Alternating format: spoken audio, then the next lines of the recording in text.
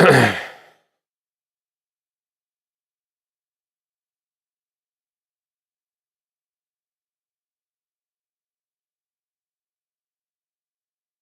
is this?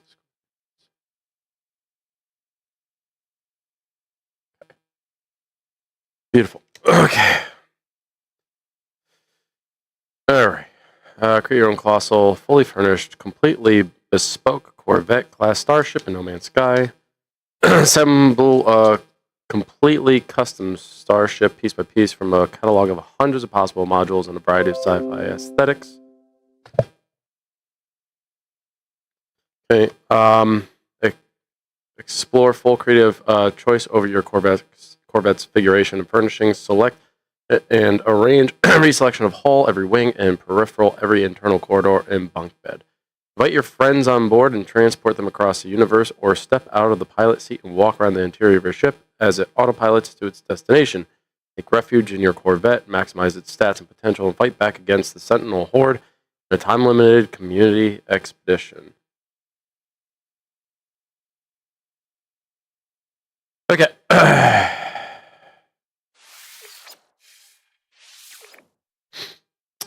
Alright, so that's the goal today, is to get parts for my Corvette.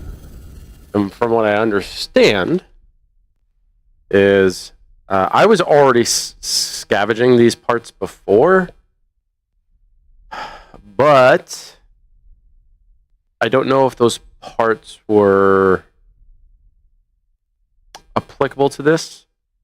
Perhaps they were applicable to other things. But anyway, let's check it out. Let's see if we can make our first Corvette today. And I'm gonna, if I can change the name, I'm gonna call it Stingray, because that's my favorite Corvette. Alright.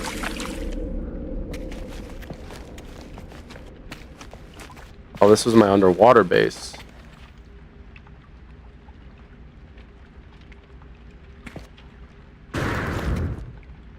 New system. Extreme water toxicity detected.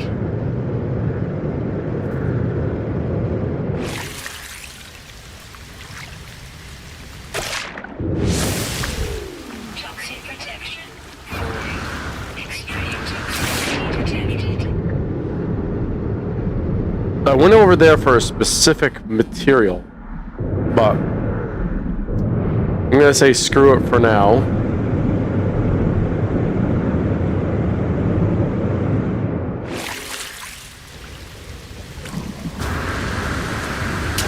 I'm gonna get over to my ship.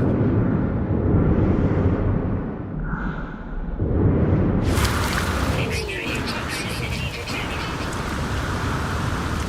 Extreme toxicity detected. There we go.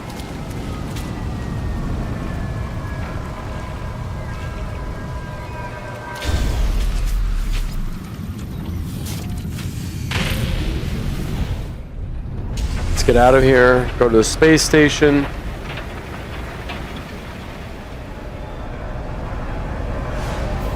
I'll tell you what,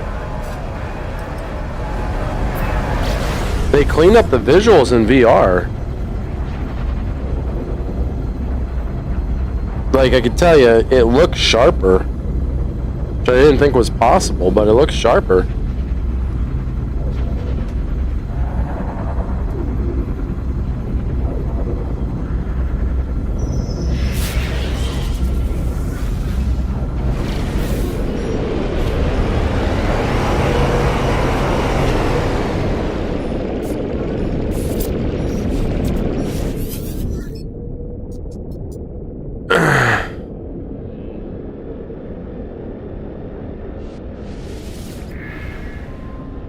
There you go.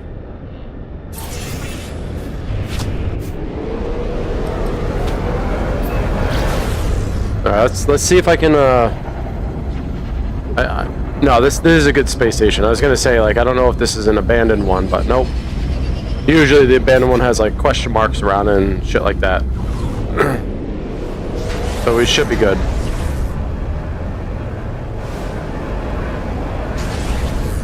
Yeah, the visuals look way cleaner.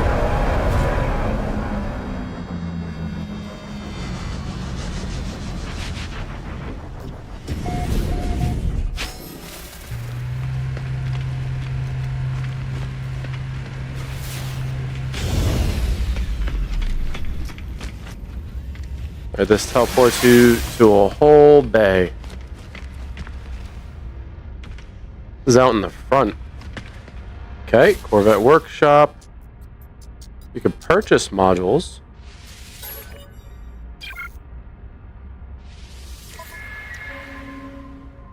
Wow, you gotta buy a whole bunch of these. Well, I have 144 million, so... I mean, I can get these without issue.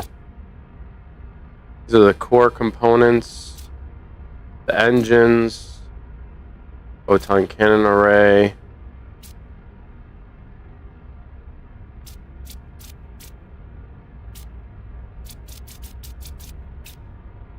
Okay, well, I guess we just start buying them, huh? Product received. Product received. Product received. Product received. Product received. Product received. Product received. Product received. Product received. Product received. Product received. Product received. Product received. Alright, so that's all modules.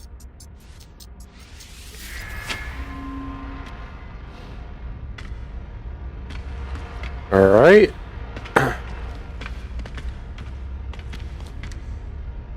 Oh gosh.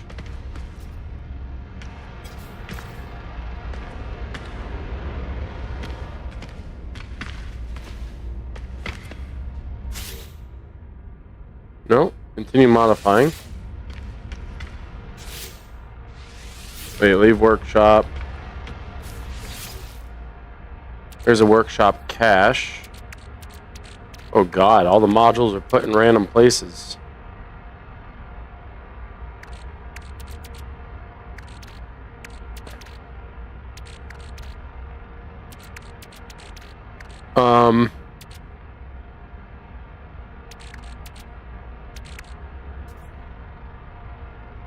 How do I transfer things over?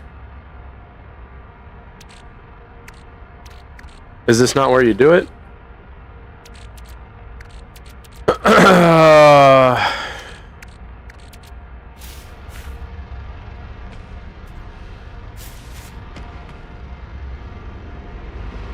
Well, those are refunded workshop modules.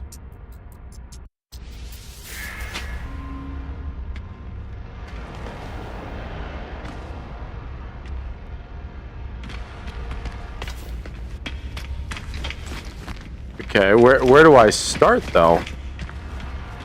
I guess is my question. Purchase a landing gear.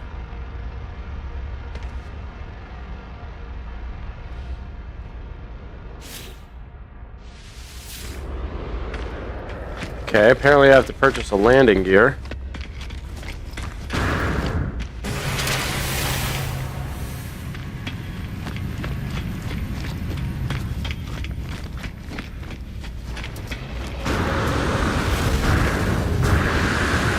Looks like I already purchased one. So what, I have to purchase another one?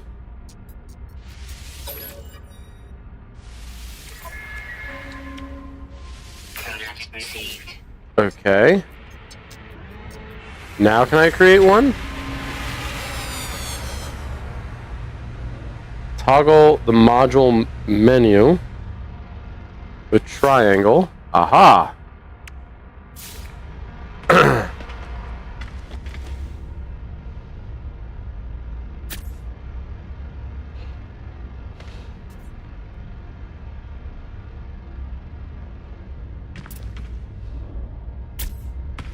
Okay.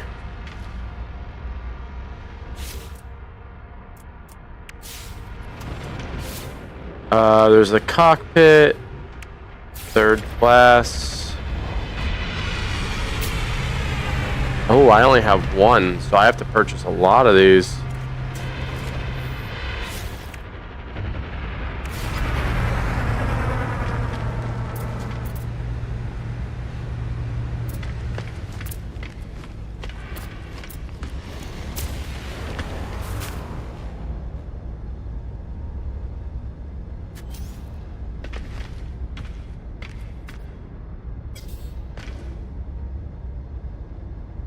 Can I just want to move this. That right there. Oh, this is gonna look terrible. No. Yeah, remember the buttons here. What's this? A powerful reactor core for a Corvette starship designed to power and enhance critical systems. This module is automatically linked to the Corvette's flight control system. Power, okay. Alright, and let's see.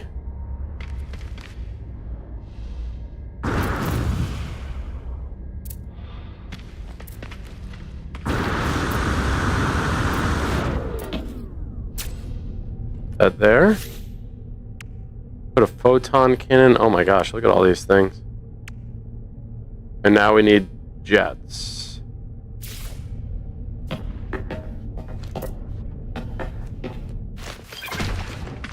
Holy jets.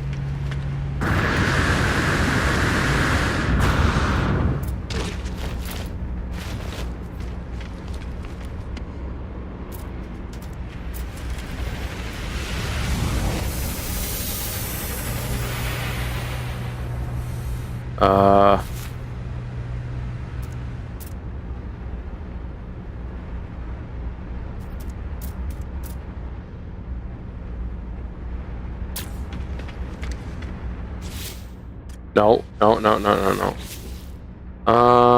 Yes, I need that. But where is this gonna go?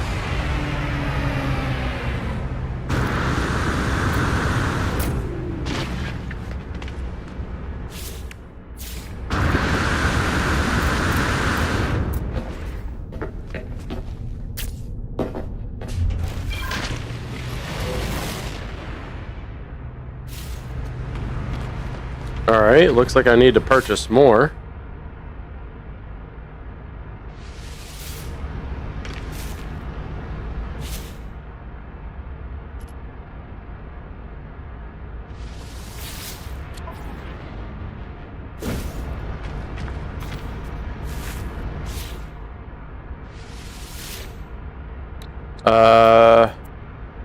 Sure.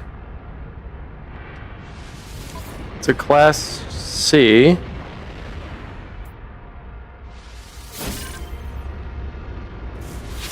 But I want to purchase more. Because I have plenty of money. Let's see, we're going to need 1, 2, 3 more. I want 4 in total. We're going to need another thruster, another photon cannon. There's a stabilizer. May get one more of those. What is this? A cowling. Sure, get another one of those. I don't know what this is. We'll get another one of those. Don't worry about the antenna. And a ducting outlet. Sure, why not get one more of those?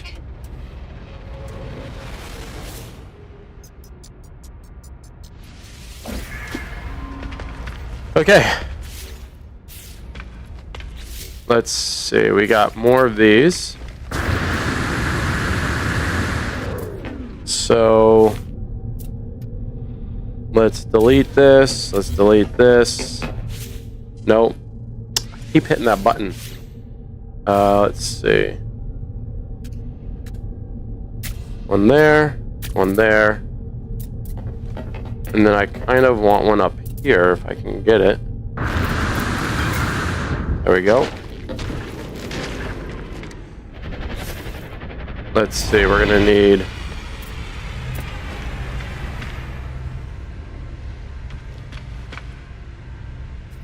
that there, I guess. Certainly don't want to put that there. There. What else do we have? Look at these. Look at all these different parts. I'm gonna have to go scavenging for them, I guess. Another one of these bad boys. Kind of like the guns up front.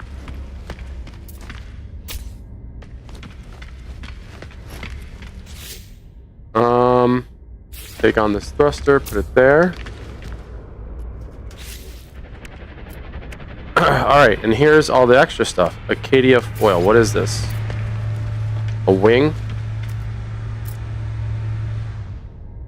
Let's see. R1 to flip the part. And then triangles to... Oh, okay.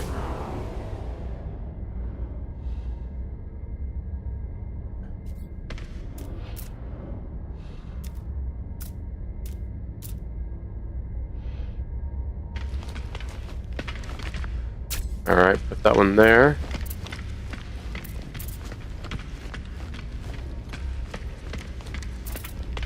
And on the same side over here. Well, bam. What other parts do we got? What is this?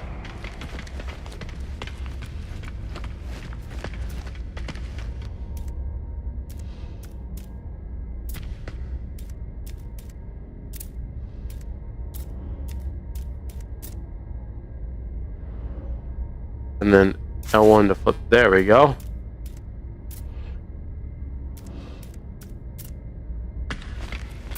Oh, I think it's because the gun's there. That's fine.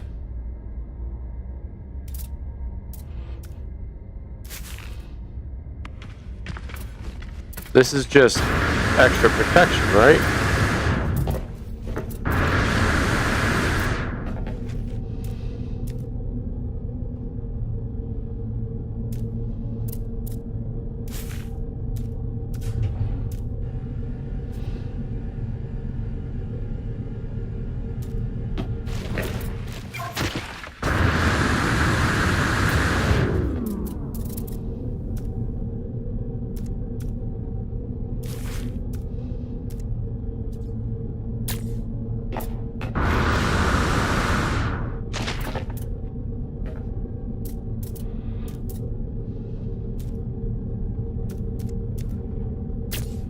There.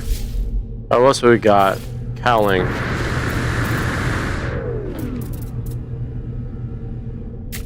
Not sure what that is, but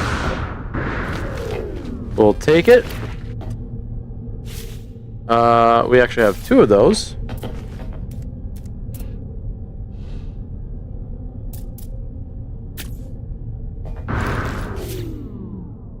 What else we got? And then we have a ducting outlet.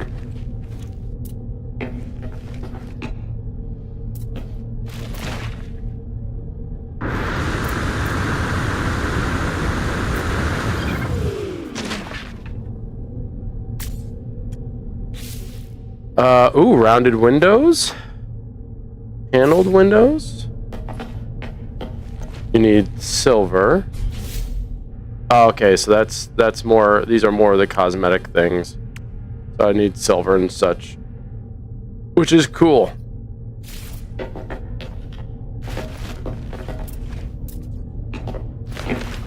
Not really sure where I could put this other ducting outlet. Oh, maybe on the bottom. That would look cool.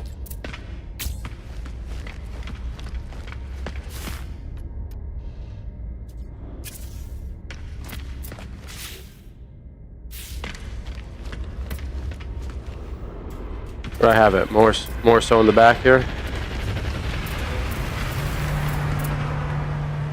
Right there. Okay, let's do colors.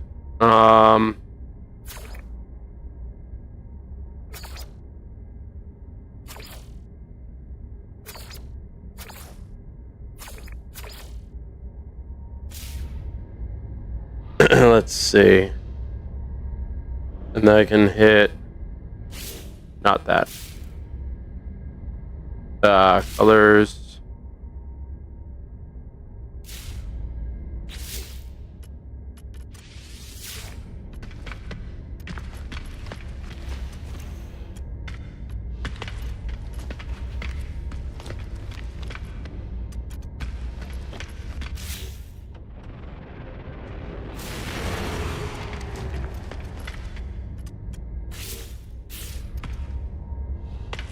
Okay.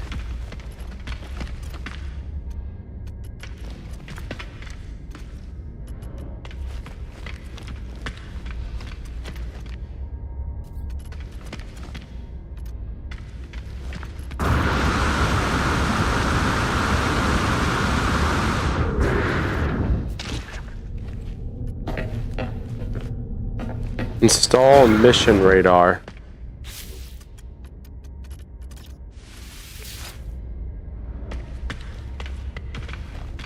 Alright. So let's go inside. Alright, this is cool as shit. What the fuck?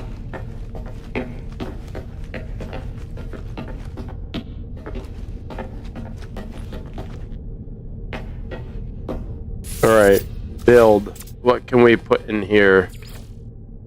Mission radar.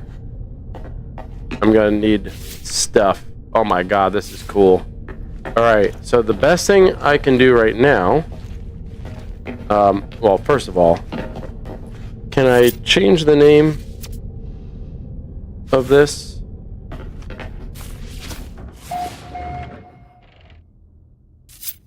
Quick inventory. And that's how you get out. Okay. I'll figure that part out later. Okay, let's get out of here.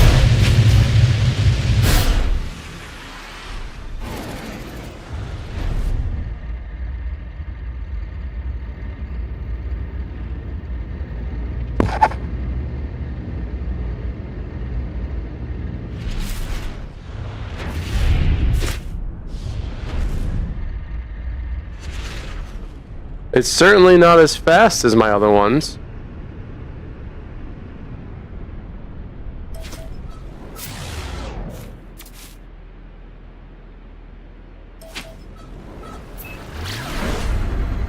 But it's doable.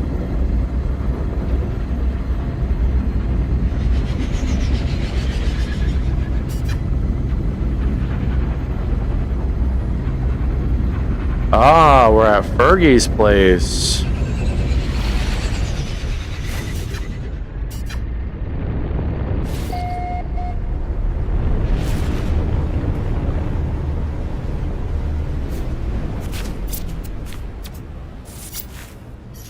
Okay, I want to give this a go. So right now we're just floating. Ah, this is cool.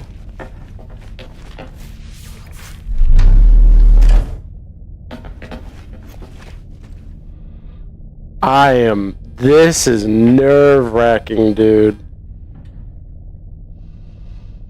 This is nerve-wracking. Holy shit. Oh my god. Can beam down to the planet. This is so cool.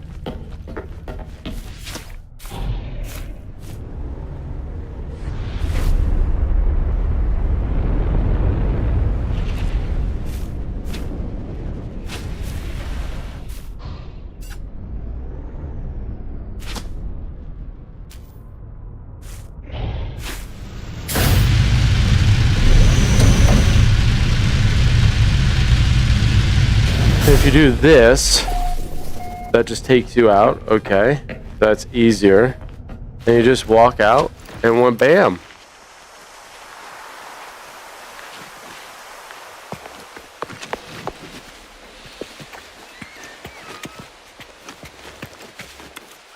That's so cool. Alright, I'm gonna teleport back to my home planet. Bases, and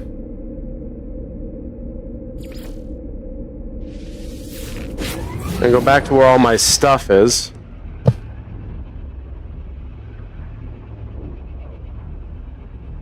So far, our frames are good. This is cool, man. Gonna have to search for more parts, though, I guess. Because that's something you can do.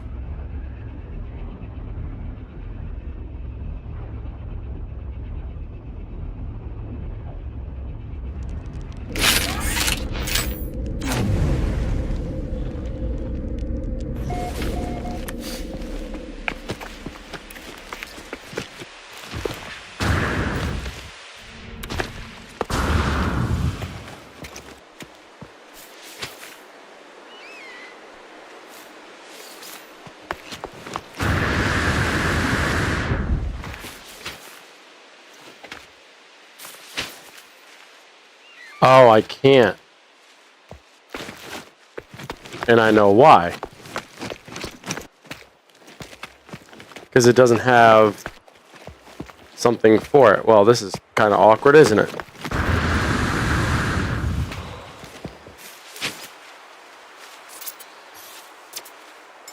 Alright, well, let's...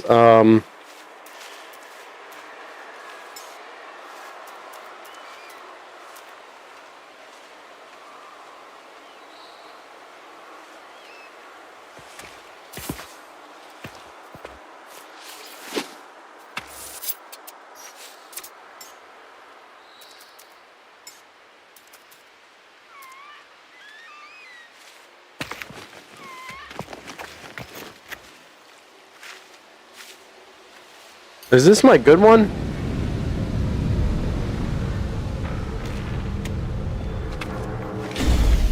I don't think this is my best ship.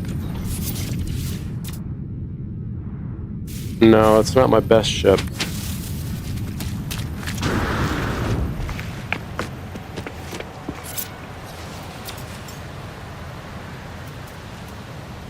Which one was my best one?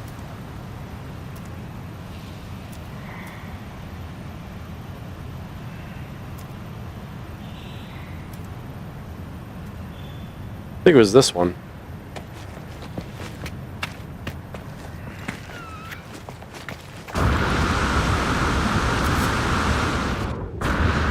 Yeah, that's my better one.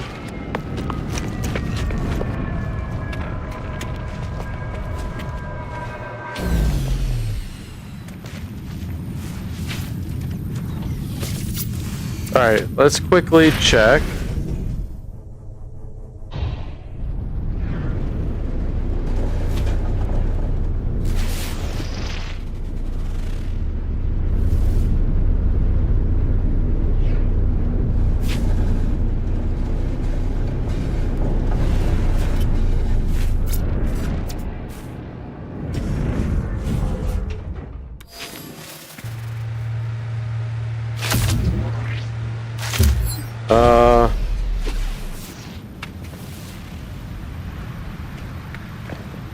Hold on, I'm trying to remember. Yeah, it's the switch.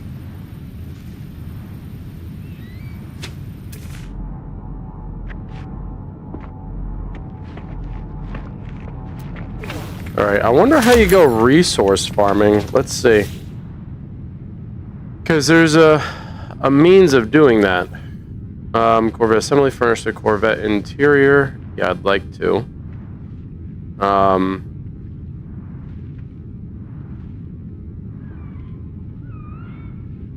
So to actually do the Corvette interior, though, I would need... God, I got so many things. I would need all my... Okay. Bear with me, I'm trying to figure this out without cheating-ish.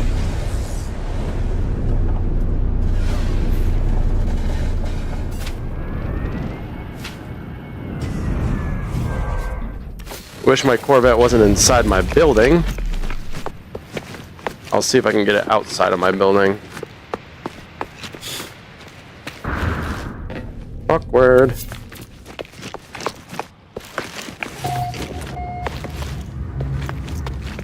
My Gravitino balls, which I learned you can actually sell for a pretty decent amount.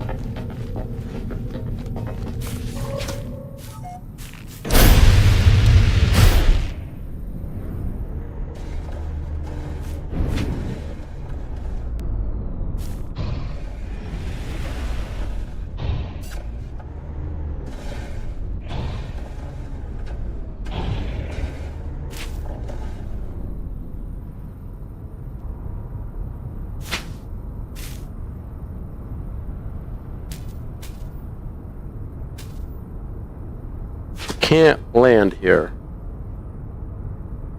Now, why say the landing pad is not clear? Why? I think it is. Alright, let's go over here a little bit.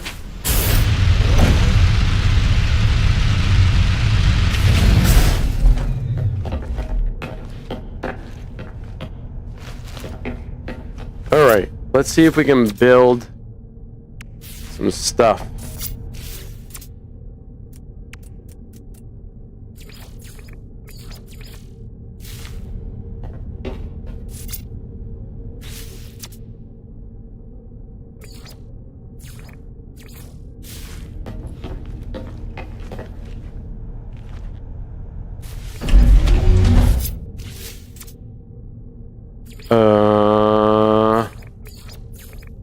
What happened to the menu? Where's the menu for this? Do I have to do it at my space station? Or at the space station?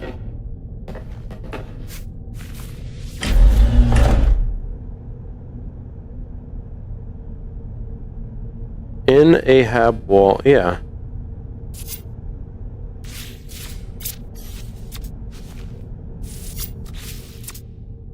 Okay.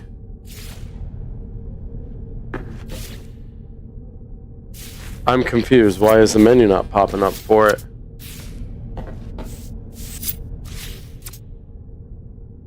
There. Here it is. All of a sudden now it shows up. That's weird. Okay. So I need 40 gold, a microprocessor, and ion battery. 40 gold, microprocessor, ion battery.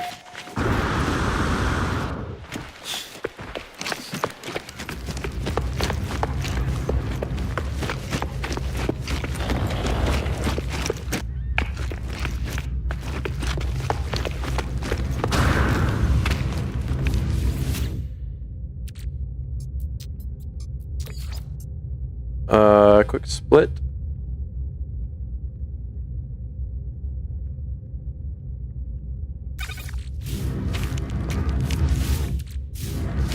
I remember where all my stuff is. Microprocessor. Need an ion battery. Okay.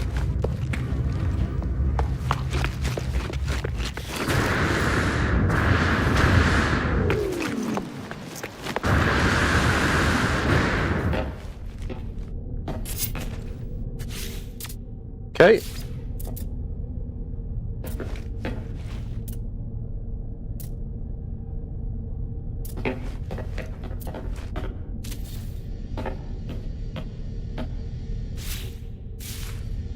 Scan worlds to read planetary data. So this is good because now I can just go out and get units like crazy. I don't have to go aboard the anomaly. I want to know what I was saying before. Okay. Excavate Corvette modules from salvage containers found buried on some worlds. Scan planets with the Starship scanner to detect buried salvageable scrap. In addition to determining the aesthetics of the ship, many modules also enhance specific ship stats, such as damage potential or shield strength. Okay. So that means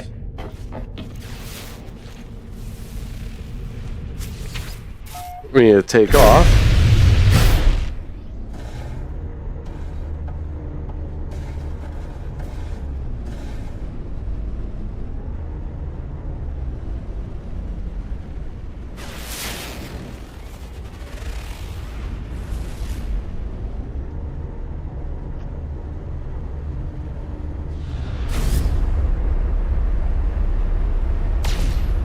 Nice.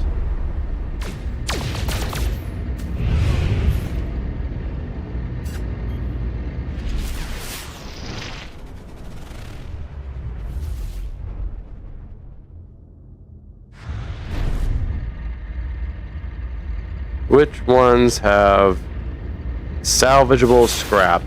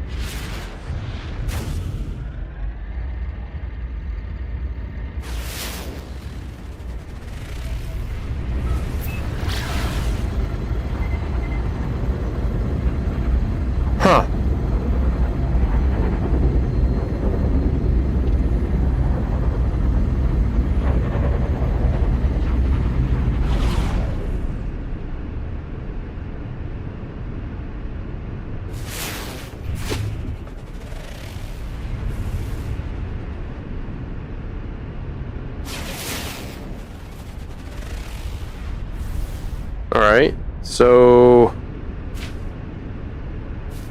I'm confused. Hello?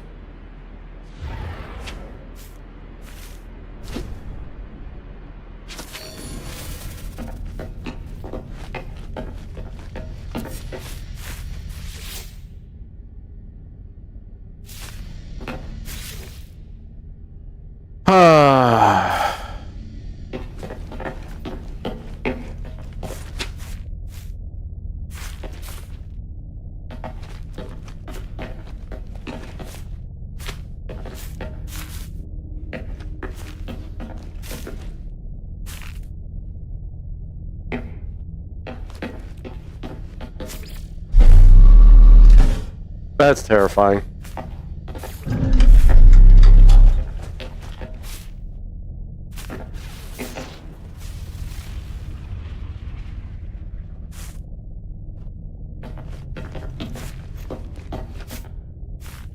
I cannot seem to get back in. You do all that, but I can't seem to get back.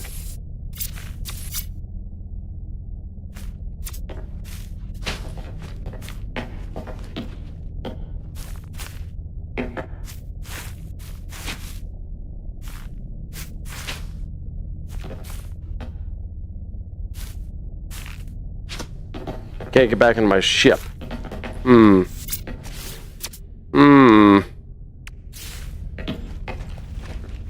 That won't work.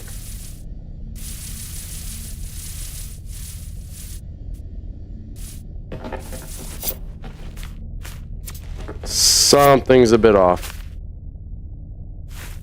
Alright. Can I build... Oh, God. Can I build a... I can. I need metal plating. Whoops. Something's a bit off. I'm gonna restart the game.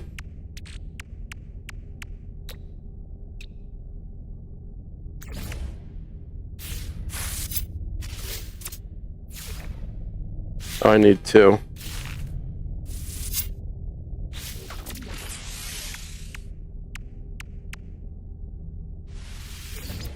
I think it's because the ship's moving.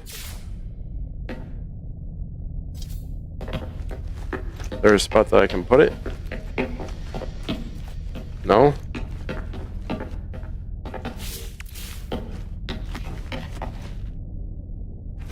Huh.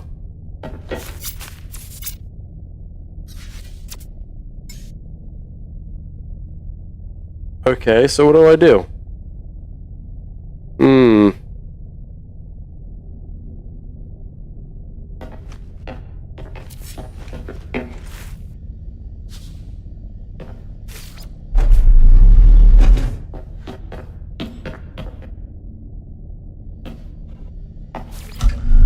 I honestly would like to try, but I just can't. I can't get myself to do it. Alright, so the only thing I can really do at this point is...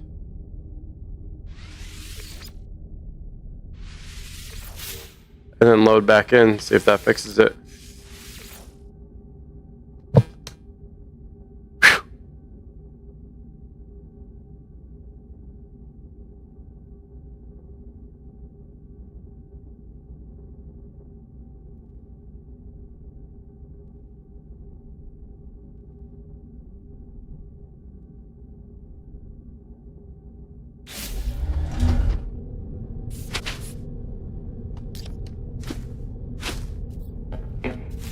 Ah, much better.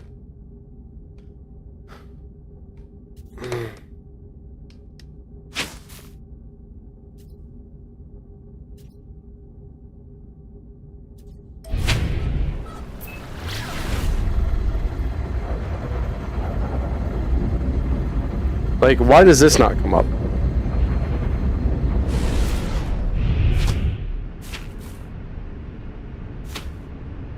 Like, why is this not coming up?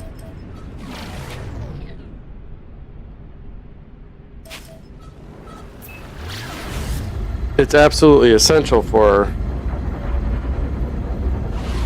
everything I do.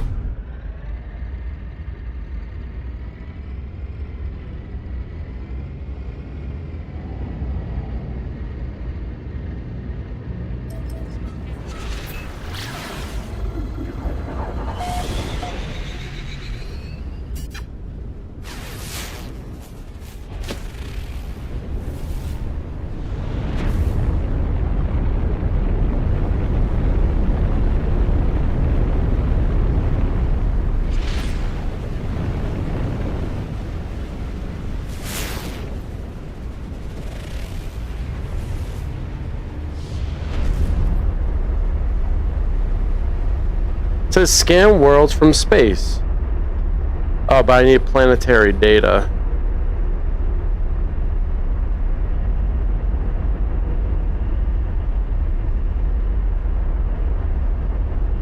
Okay.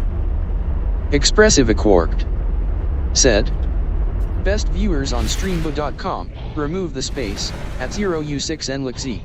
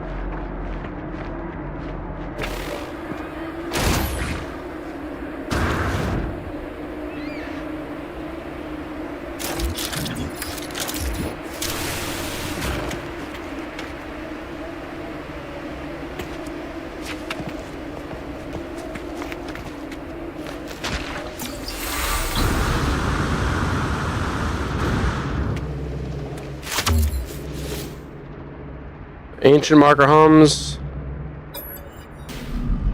The cruelty of fulfilled the deposit has been in the first spawn of the Gek. Several masters, merciless, biological, of their cruelty. Countless entities toiled and discount. Okay. Just help with the language.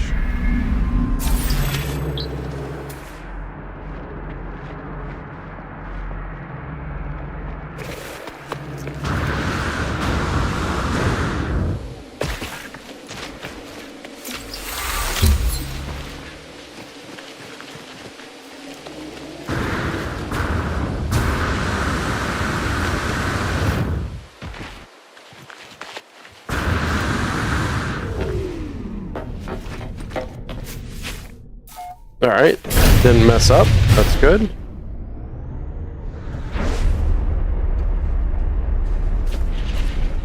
I still can't look at my hand.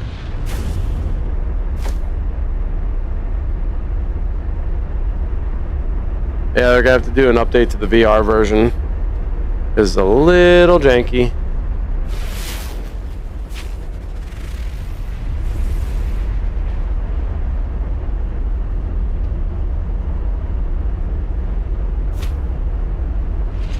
Because like the basic stuff for dogfighting are not here.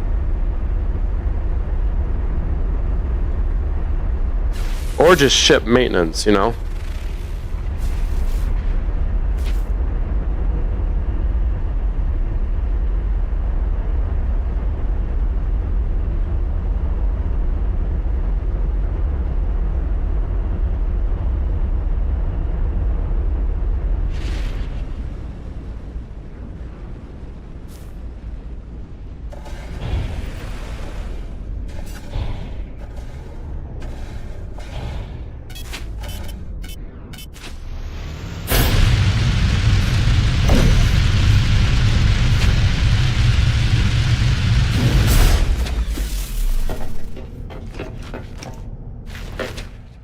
I do love the fact that I can go inside this ship.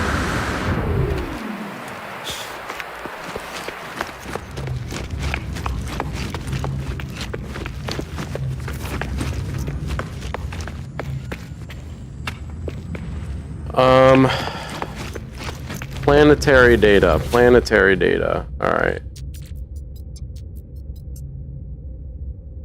Sentinel boundary.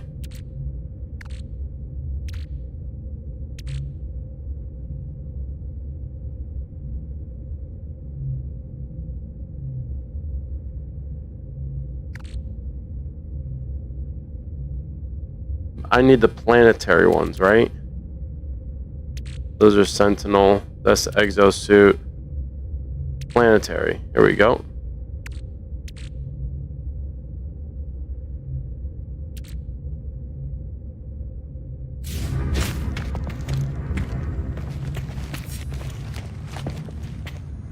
Yes, dear?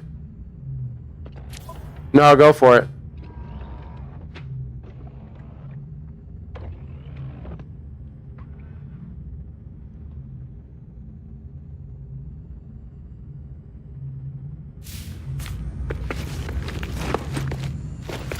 Alright, I'm trying to figure this out. I'm at a bit of a loss.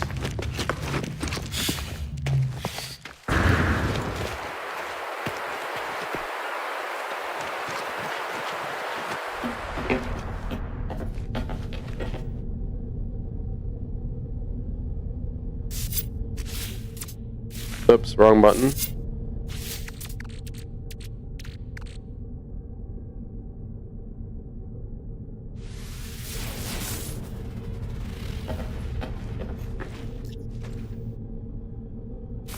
Alright, let's go.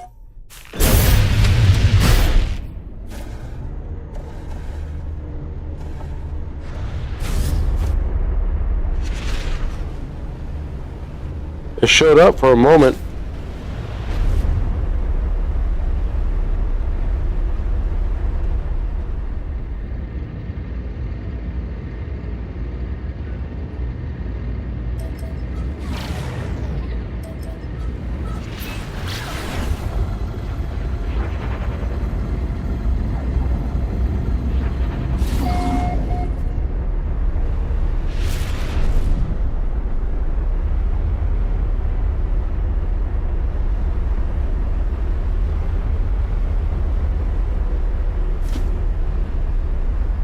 Got any better thrusters and everything? Like, this ship is slow for now.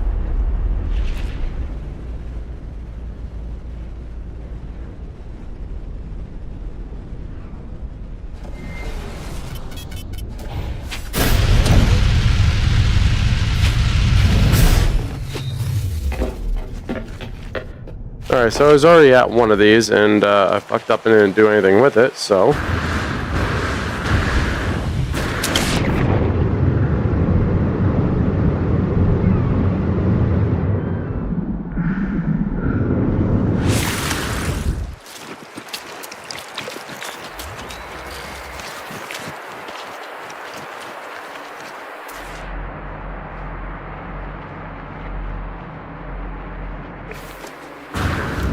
So I think now I have to go searching, right?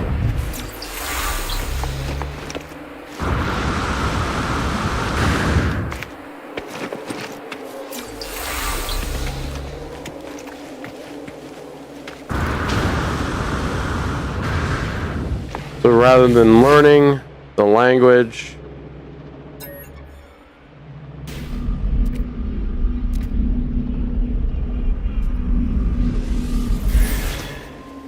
I'm gonna go over there.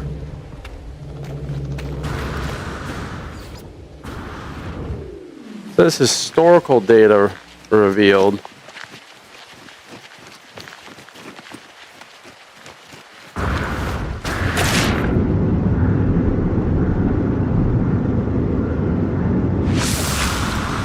Unless there's particular cartographer charts that I need that I have to go buy.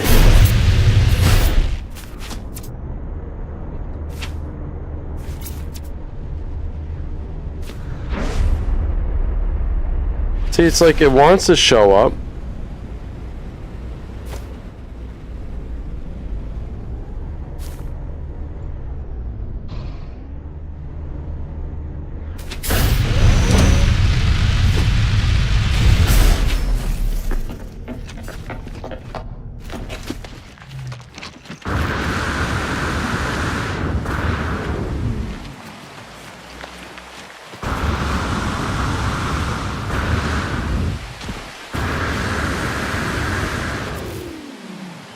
feel like I saw something over here. Oh well.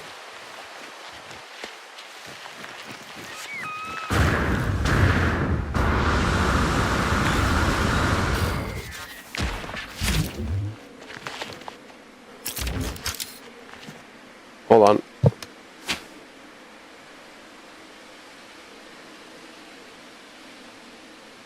Oh, he invited me to play.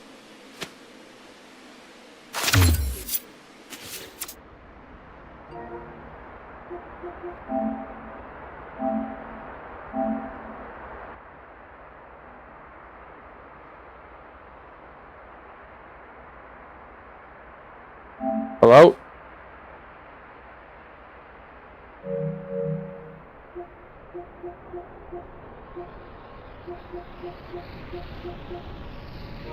Huh.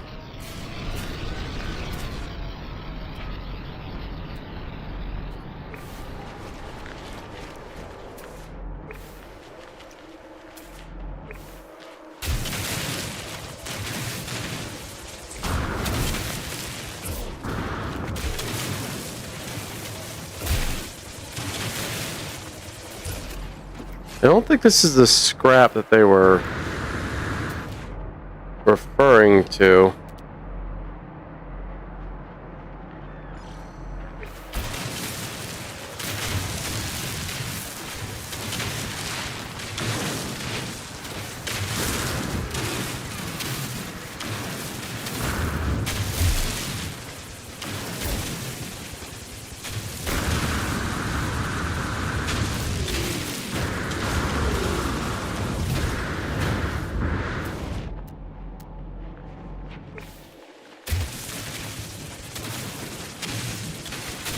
Well, the thing is, I don't think I have to be here.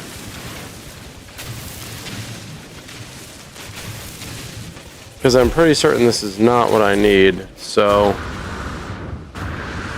Oh, come on. Thank you. Puddles2189 said, "Hi Wolfie. Hi, Puddles.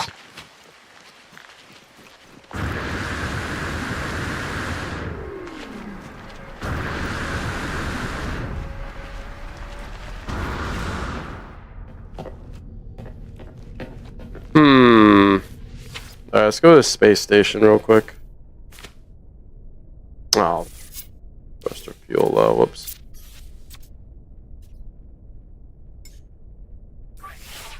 Technology research.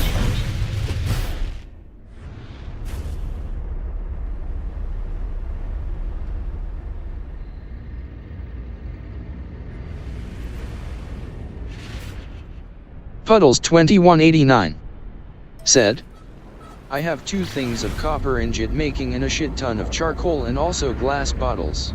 Oh, yeah?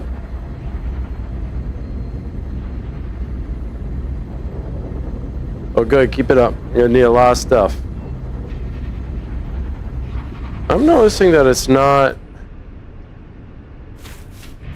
going towards my target. Puddles2189 said, "I also got more Datura." Yeah, where'd you find it? Was it beyond, like, the Ashland area?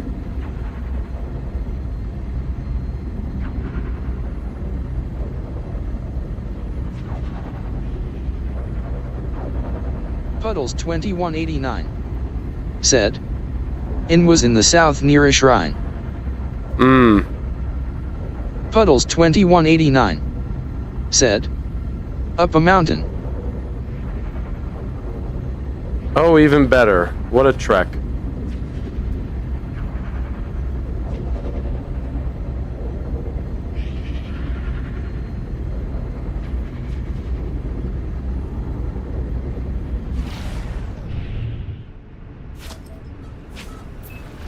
Puddles2189 said, "Near some camps and I killed some guards and stole their shit." Salvageable scrap. Oh, so they left their stuff public, huh?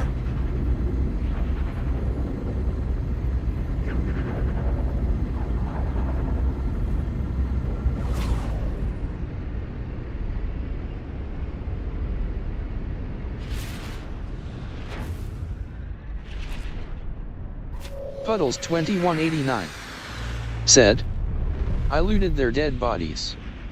Oh, jeez. Even better.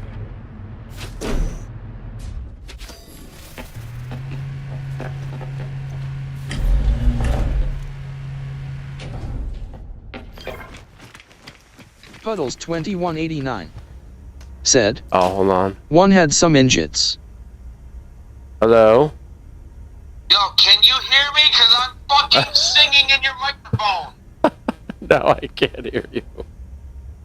I don't understand. Like, am I muted on your end? Like, what is... No. I'm not ignoring you on purpose. I don't get notifications on my, whatchamacallit.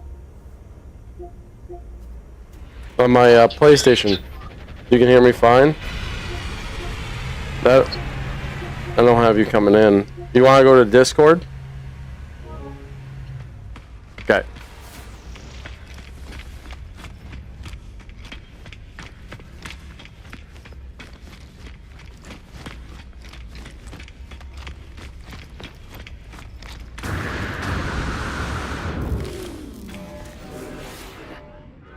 Salvageable scrap. The hell is that? What? What is that picture? And that's not your Puddles 2189 said, What are you talking about? Hi Wolfie's brother. name. Whatever I'm seeing in Discord. What the fuck is that? Oh. That is a random dude's face. It was like a stock image, and then I put like an Oni mask over it. Oh. And then your name is just a emote Yep. face or whatever. Yes, it is. ASCII face. I don't know why you couldn't hear me on PlayStation. That makes no sense.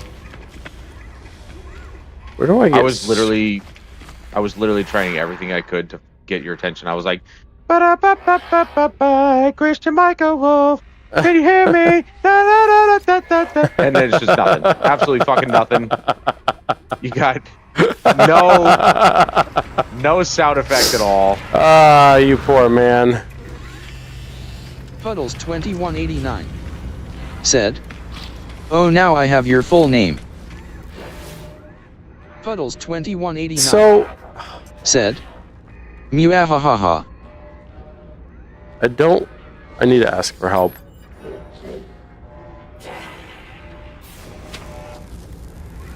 It says salvageable scrap detected in local system.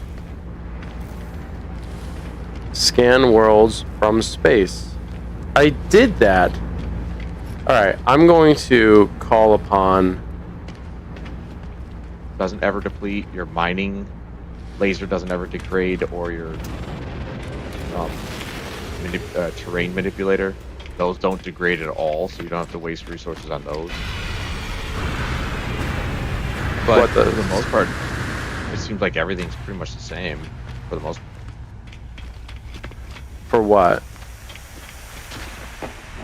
Same with the update?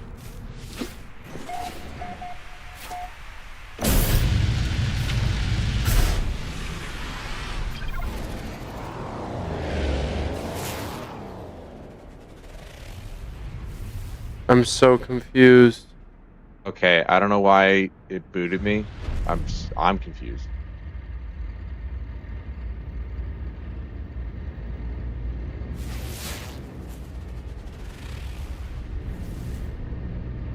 It says salvageable scrap detected in local systems. Scan worlds from space to read planetary data.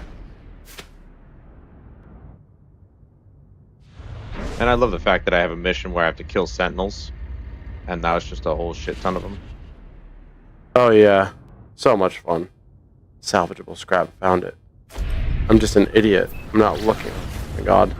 Puddles 2189 I get in my Said, ship and get the hell out of here before they start shooting. TTYL going back in while I watch this football game. Alright, Puddles. See you later. So I built my first Corvette. They certainly have to update it a little bit for VR, because there are certain things I cannot do. Like I can't open up my menu. I see it-ish. But like I can't do it while I'm sitting in my seat. Which is not good, because if I need to fight, I need to replenish certain things, you know? Right.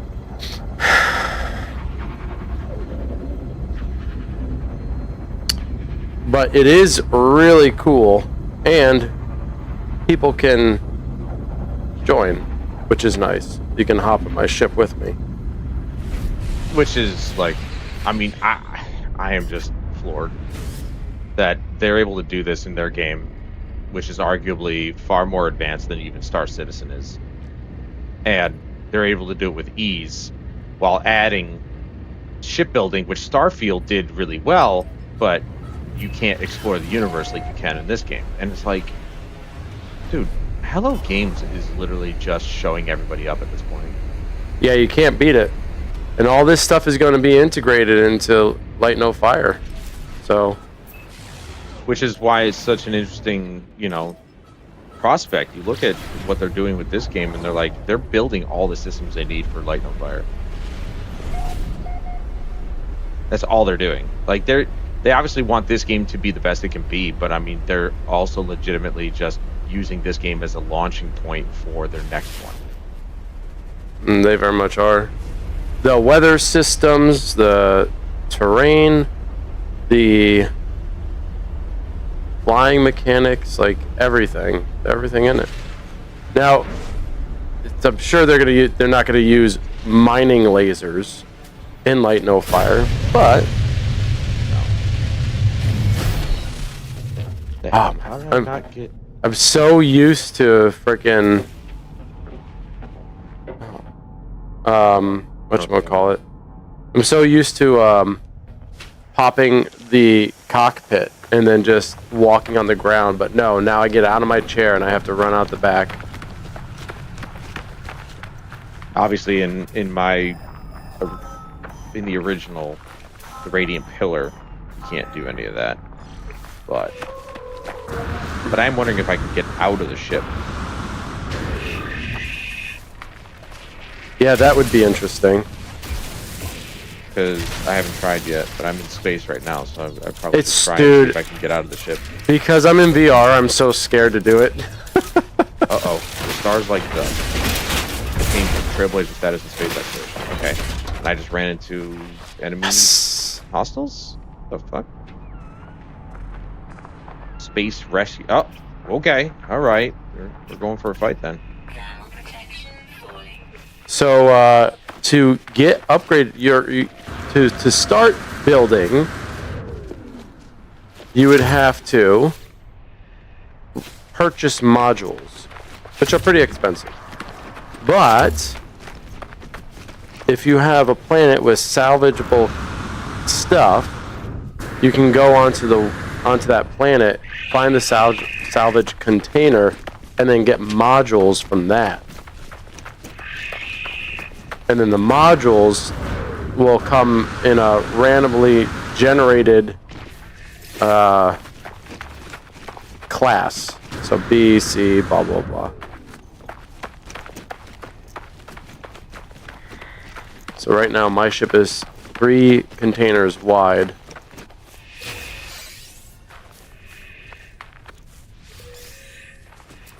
I think you'll be happy to know I have a personal refiner on my back. Yes, fun. let's go. I've gotten so many upgrades since last night. But again, I'm playing the relaxed variant of the game, so it's like... I just don't think it's that much different. Like, some of the systems are pretty much streamlined. Like the life support. The mining lasers don't deteriorate, so you never have to recharge them. But it feels like everything else is pretty much the same. I could be wrong, but I'm not 100%. Well, I think the sentinels and living creatures are less angry. Yeah, except for, you know, when you shoot them and Right. because you're doing a quest or mission. Oh shit, that dude just came right at me. Wait, that's unidentified? No, what's I'm trying to get used to flying the ship in third person. So far, so good. I was contemplating doing this with the controller. But I was like, nah, I just can't. I've never really spent a significant amount of time out of VR. 2 trophies in one go. Look at this. Industrial Cargo Link 2. I love third person. Like, it reminds... I'm like, you know, I played... First of all, can I just say, if you haven't thought about playing the game Chorus, I definitely think you should. You know, I know that No Man's Sky is a very different... what is Chorus? Different type of game. Chorus is a third-person ship fighter, and that's pretty much all you do. You don't ever get on the ship. Oh, that's right. I remember you playing that. It's phenomenal. It is so well done, and the ship combat, or just the ship flying in general, is so much fun because it is responsive and frenetic and fast paced. Dude, this is the first major ship battle I've gotten into. These pirates, I warped back to my system, and these pirates are attacking a ship. Oh, you're in one of those? Or something like that. Freighter? Yeah, like I came back, and it's just like, yeah, space rescue, and I'm like, what? Okay. Oh, you kill some pirates? That's sick. Maybe you could get a pirate freighter, because I screwed that up on my end when I was trying to take down a pirate freighter. I was so close, but I didn't know what the hell I was doing. But I was literally destroying one engine away from getting a pirate freighter, which are typically S-class. It looks like the pirates are really just trying to attack this freighter that I've... Yeah, so it just might be a freighter. But you could get your own freighter. So there you go. Potentially. I started watching this guy on YouTube, something like his name's like Crow or something like that, and he and 3 of his buds are doing hardcore multiplayer, first time playing No Man's Sky. So they're learning about No Man's Sky while playing it on the hardest difficulty. 100 days in it. Damn. Like, Okay, man, so that now makes me want to do it. I land on this. I get on this freighter. I'm gonna Yeah. get rewarded. He's going to give you the freighter, sir. You're going to become the captain. I don't know if he's gonna give me the freighter. He's just gonna reward me with something, though. No, they typically ask if you want to join or if you want to be the captain. Shit. Free freighter? Didn't spend billions of units? Why not?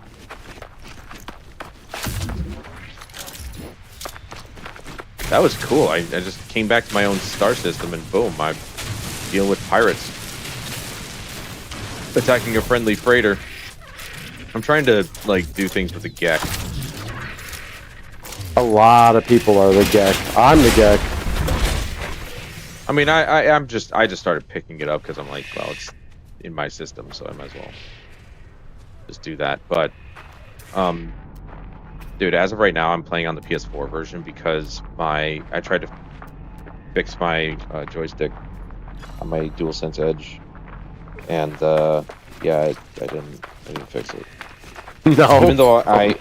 Even though I made sure that the brushes were lined up perfectly, they were the same distance as the other brush that was on the X-axis. They still just got worse. And I'm like, they didn't even need cleaning. Something had happened. I've only had this fucking thing for 8 months. Why is it drifting now? And so I bought a stick. First of all, you buy it directly from PlayStation's website, which apparently is the cheapest option because if you go to Amazon, they want $80 for 2 of them. It's like, no, Jesus. go fuck yourself. Yeah, it's double the price. Like, go fuck yourself. I'm not doing that. You can only buy 1 per order. Like, what? Yeah, you can only have 1 on each order. I'm like, I'm not wasting my time doing 2 orders. That's fucking retarded. So I just bought the 1 because I want to switch them both at the same time, kind of like when you change your headlights in your car, you want them to be consistent. Yeah. But I'm like, I'm just not gonna waste my time buying 2 separate fucking sticks. So, they don't deliver on Saturdays or holidays or whatever, or they don't ship, excuse me, on Saturdays and holidays, so I have to probably won't get it until, I don't know, Thursday, Friday next week. But, Always a but. last night I found a way, because I have the portal. Right. It works. As a controller? It's basically a controller, yeah. So even though there's the visual delay on the portal screen, it's instantaneous when looking at the main screen. Well, that's good. So I'm like, oh, it's basically like a PlayStation controller. The problem I have with the portal is the joysticks are definitely, their throw is a little bit longer. Like they're a little bit looser. They are than on far looser, not as DualSense. tight. Yep. Kind of like the PS3 controller, actually. And I said as much last night. I'm like, it feels like an old school like PS3 controller where the throw is a little bit longer. They're a little bit looser. But I mean, if I play with it enough, I'd get used to it. So I might have to just re-download the No Man's Sky PS5 version just because I know I can play it. But at the same time, the PS4 version runs flawlessly on the PS5, give or take like a few things. But now I'm starting to notice that even though it's installed on an M.2, some of the textures break for some reason. And then if I use like a warp or like the teleporter, then it fixes it. But I'm like, why are they breaking in the first place? What the fuck's going on? So I might Because the just re-download PS4 the PS5 version, that's why. Yeah, like I found the same thing happening with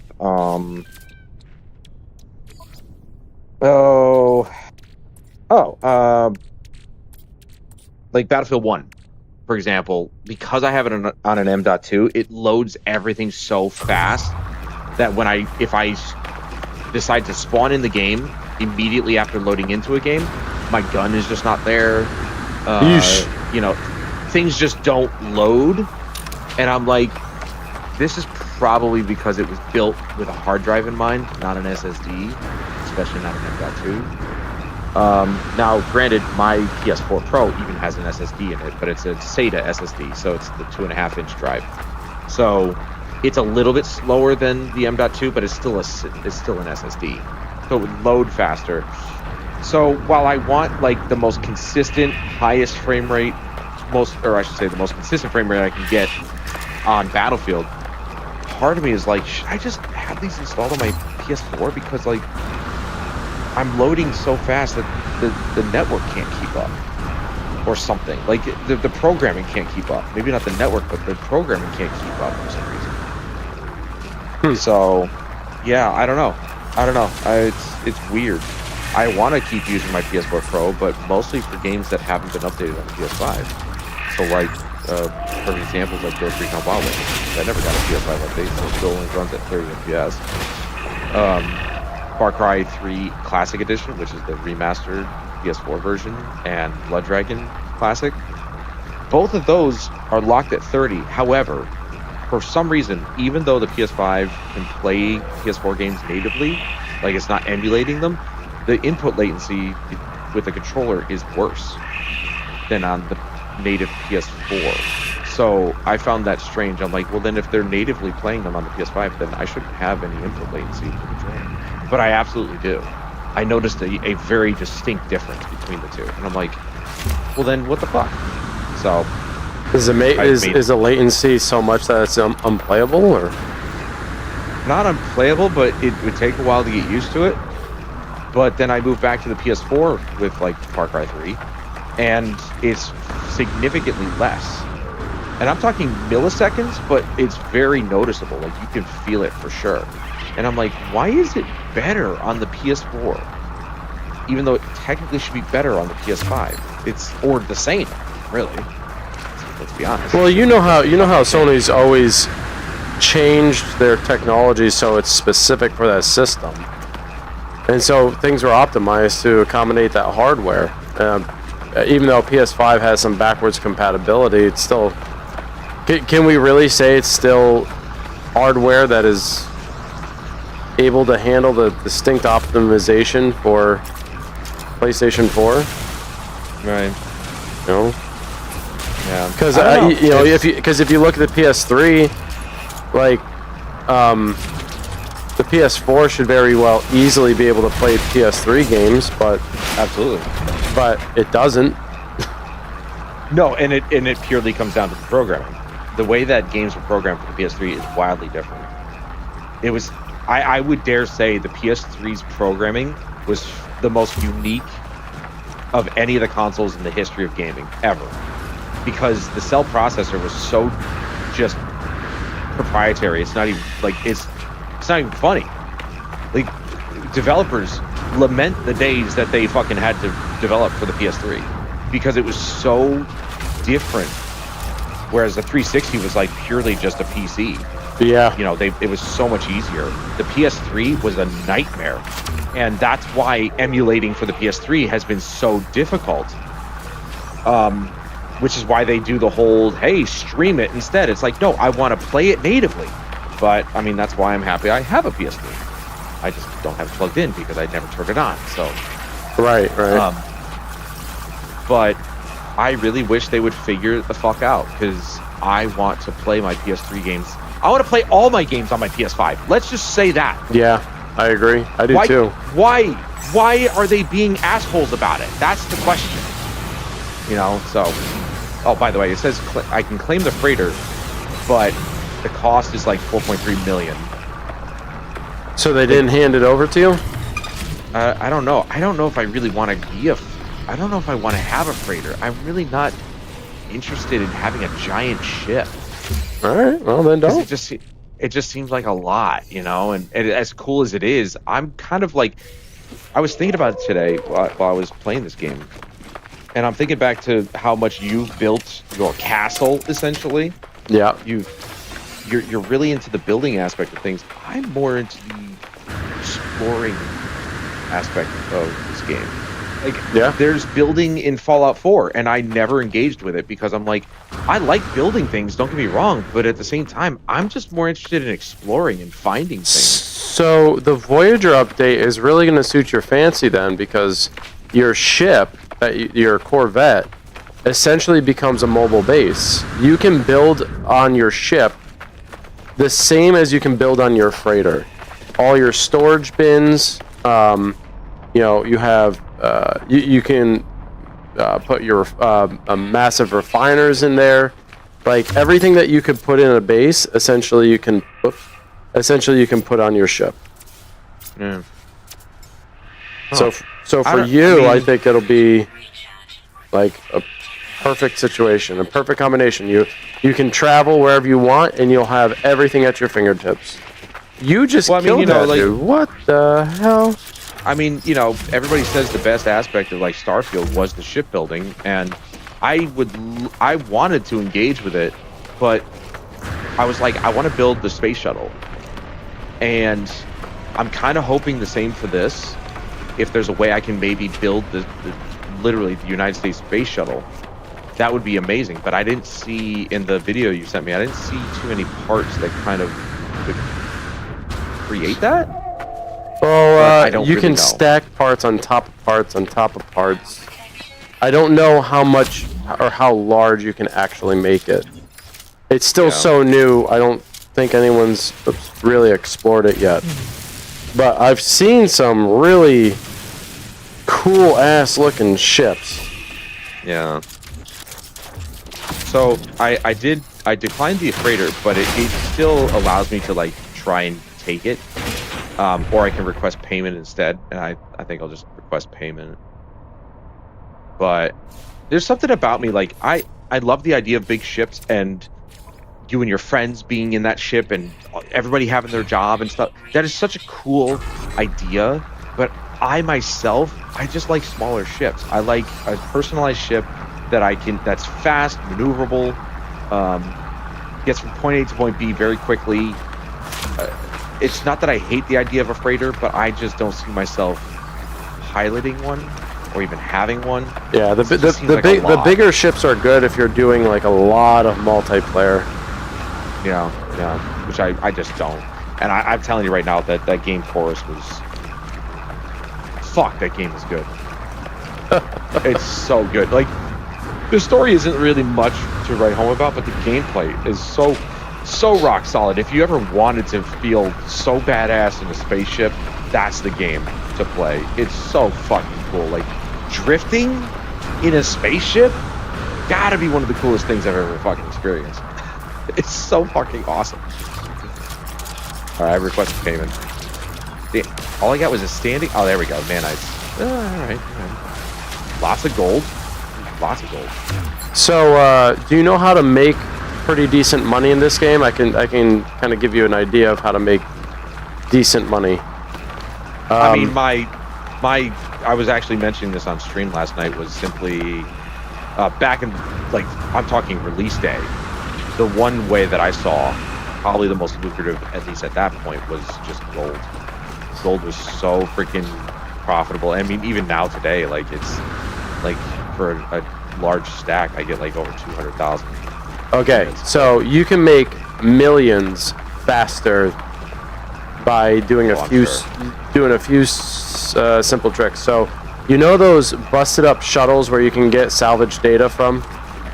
I believe so. I don't know if I came across one, but I know what you're talking about. Yeah. So where you can usually dig up salvage data, which we use to, get technology and whatnot, you'll always see a downed pod, right? And it's spurting electricity or whatever. If you open that, there's usually slime on the front. Don't get rid of that slime. Throw it into your inventory and keep refining it until you get mold. And then once you get the mold, you can refine the mold into nanites. Yeah, I know. I've been doing that. Okay, good. That's one good way. I haven't been able to get a lot of slime lately, but that's nanites, not units. No, but the nanites are important for buying like ships and stuff like that. Right. Well, I thought the units were important, but the units are absolutely important. But like right now, I just spent a lot of money, but I have 127 million units. Jesus. But getting nanites is important, very, very important for like buying ships and buying technologies and like purchasing things that you actually need to like improve your ship or yourself. You want to get nanites. Units are good for buying ships, of course. But yeah, it's and if when you open up your visor and if you find something that's 3 stars, like the 3 gold stars, go check it out. If it's runaway mold, put down a save point and go back from time to time and farm the hell out of that, because you can get so many. I did actually come across a 3-star venomous sack or something like that. Yes. So I didn't have the radiation glove at the time, but I have it now. So if I come across that, anything that's 3-star is going to be great. It's great for various things, but if you do find runaway mold, there's usually like 5 big balls of runaway mold. You destroy those, they give you the mold that you can then refine, and you can get so much currency, dude. Yeah. Well, I realized last night that one of my favorite, apparently my favorite pastime in No Man's Sky is just refining shit. I don't know why. It's my most favorite fucking minigame, just to see how far you can refine something and what it turns into. Some stuff, you refine it, and then you refine it again, and it turns back into the thing you just refined, so it's kind of just like a cycle. But other things, you just keep going until you refine it into its most, like, pure form. In this case, the mold goes into nanites, and I'm like, oh, okay, well, that's a thing. So apparently that's like my favorite minigame in the entire game, is just refining shit. I don't know why. Hey, to each their own, man. Stupid fucking thing, dude.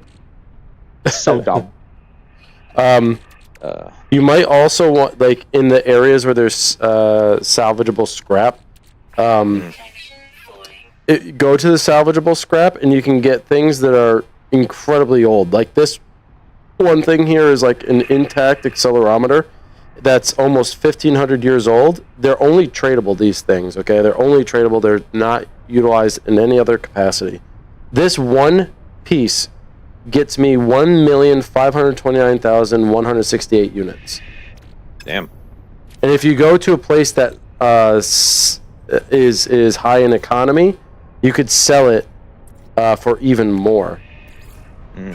So, if you, I have a storage unit specifically holding those types of objects, so that I can go sell them later or give them to someone who might need money.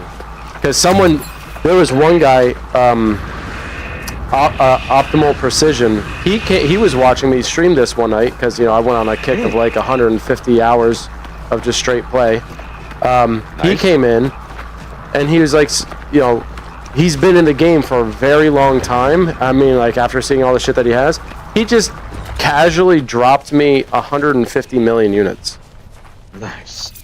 Just casually, dude. I'm like, the fuck? I was casual. like, dude, no, that's okay. He's like, don't worry, I have billions. It's like, Yeah, it doesn't fucking matter. It's pittance to this man. It's like, what? But then he taught me the trick of doing the runaway mold farming. He brought me to a planet that you could only access, I think, originally from an expedition.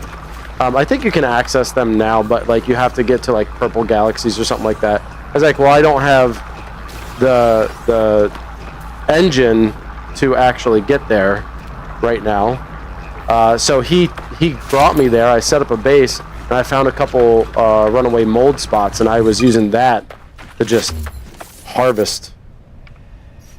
Right. Well, I mean, that's pretty cool. First of all, like, is he...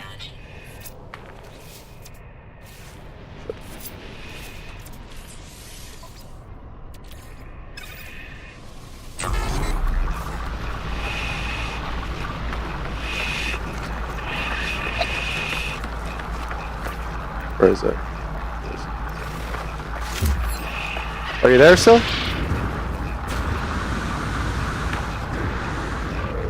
Nope, guess not.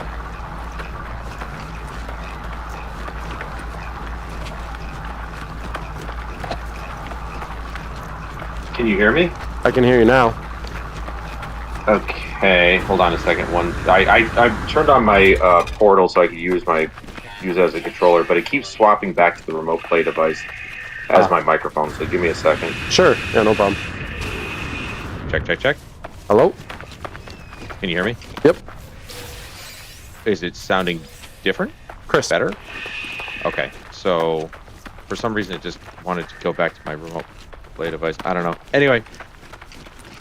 So is he a relatively larger YouTuber? No, he's just curious. a player of No Man's Sky. Okay. He has a YouTube. I don't know if he has a YouTube. I mean, he's got to have a YouTube because he came into my chat and he was hanging out. But I don't know if he YouTubes or not. But he came in, he hung out, I showed him my base as it was progressing. He thought it was really cool. He's like, you should really join the Discord that's specific for No Man's Sky builds because they have a huge community over there. He's like, that I would love to, but kind of not my thing. I enjoy watching and looking at it all, but I will get destroyed by some of these builders. Like, Yeah. but he said it was, he liked it. He suggested it, and then he went on a couple of missions with me, showed me some cool places. He showed me 2 worlds that were so close together that the gravitational force between them would make you walk sideways. That was very trippy in VR. I couldn't do it. I had to step away. Yeah. I mean, your character in game is moving in the direction that your brain can't. Well, I was like, moving forward, but imagine being... those... have you ever been to, like, a carnival or, like, a fun house where you're walking on this platform, but you're in this tube that's spinning around you? Have you ever been in one of those? Walking on a platform, but you're in a tube that's spinning around. Yeah, there's like a... No, I haven't. I haven't actually, no. So it makes you feel like falling over the whole time, right? That's what... That's pretty it's like bad. Yeah, we just brought Luke, not this past Saturday, but the previous Saturday, to one. I said, hold on to the bars, buddy, because he's going to feel like you're going to fall over. So he got to experience that. But it was just like that. So I'm walking forward, but like, I don't know how to explain it. Take your perspective, your character POV, and then slant it 45 degrees, but still be able to walk forward. That was the experience I had. I in will VR. not do that. Yeah, If dude. that's okay with you. Yeah, dude, it was crazy. But the planets were literally right next to each other. It's That is some creepy. heavy gravitational pull. Yeah. Also, hello everybody in Chris's stream. Yeah, whoever's here. Let's see. So, all right. So, I haven't been able to crossplay for some reason. I've got 3 saves on PS4 and PS5 now. So, the last time I played the PS5 version was in June. 7-hour total play time. I think I might be York. You might be. I'm still in the same galaxy. Yeah. Or solar. Because like. Yeah. I will say that the PS4 version I was just playing, because I just re-downloaded the PS5 version now that I can use my Portal as a controller.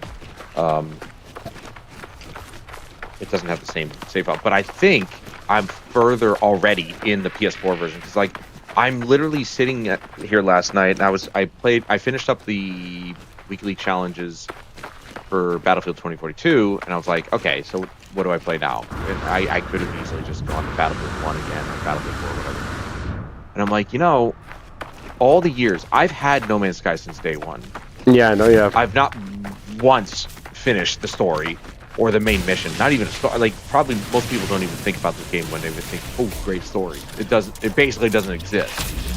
So, I'm like, what the fuck am I doing? They're on 6.0 Yeah. with 20 expansions in between. So it's like, why the fuck have I not finished this game yet? So I was like, do I want to do it on normal or relaxed? And I read the relaxed. I'm like, they streamline things apparently, but I'm playing it, and yeah, I guess, like I said, the life support system doesn't drain, your mining laser doesn't deteriorate, or your terrain manipulator, which I don't think your terrain manipulator did anyway. But no, it depletes. You gotta fill it with a mineral. Okay, so, but that doesn't deplete now. And I believe your hazard protection's stronger, so you don't lose hazard protection as fast as in the normal mode. Oh, But well, that's other good. than those things, I don't know what they streamlined. I really don't. Maybe you get more inventory slots, I think. Let me see real quick. A streamlined experience, fewer systems to manage, lower costs.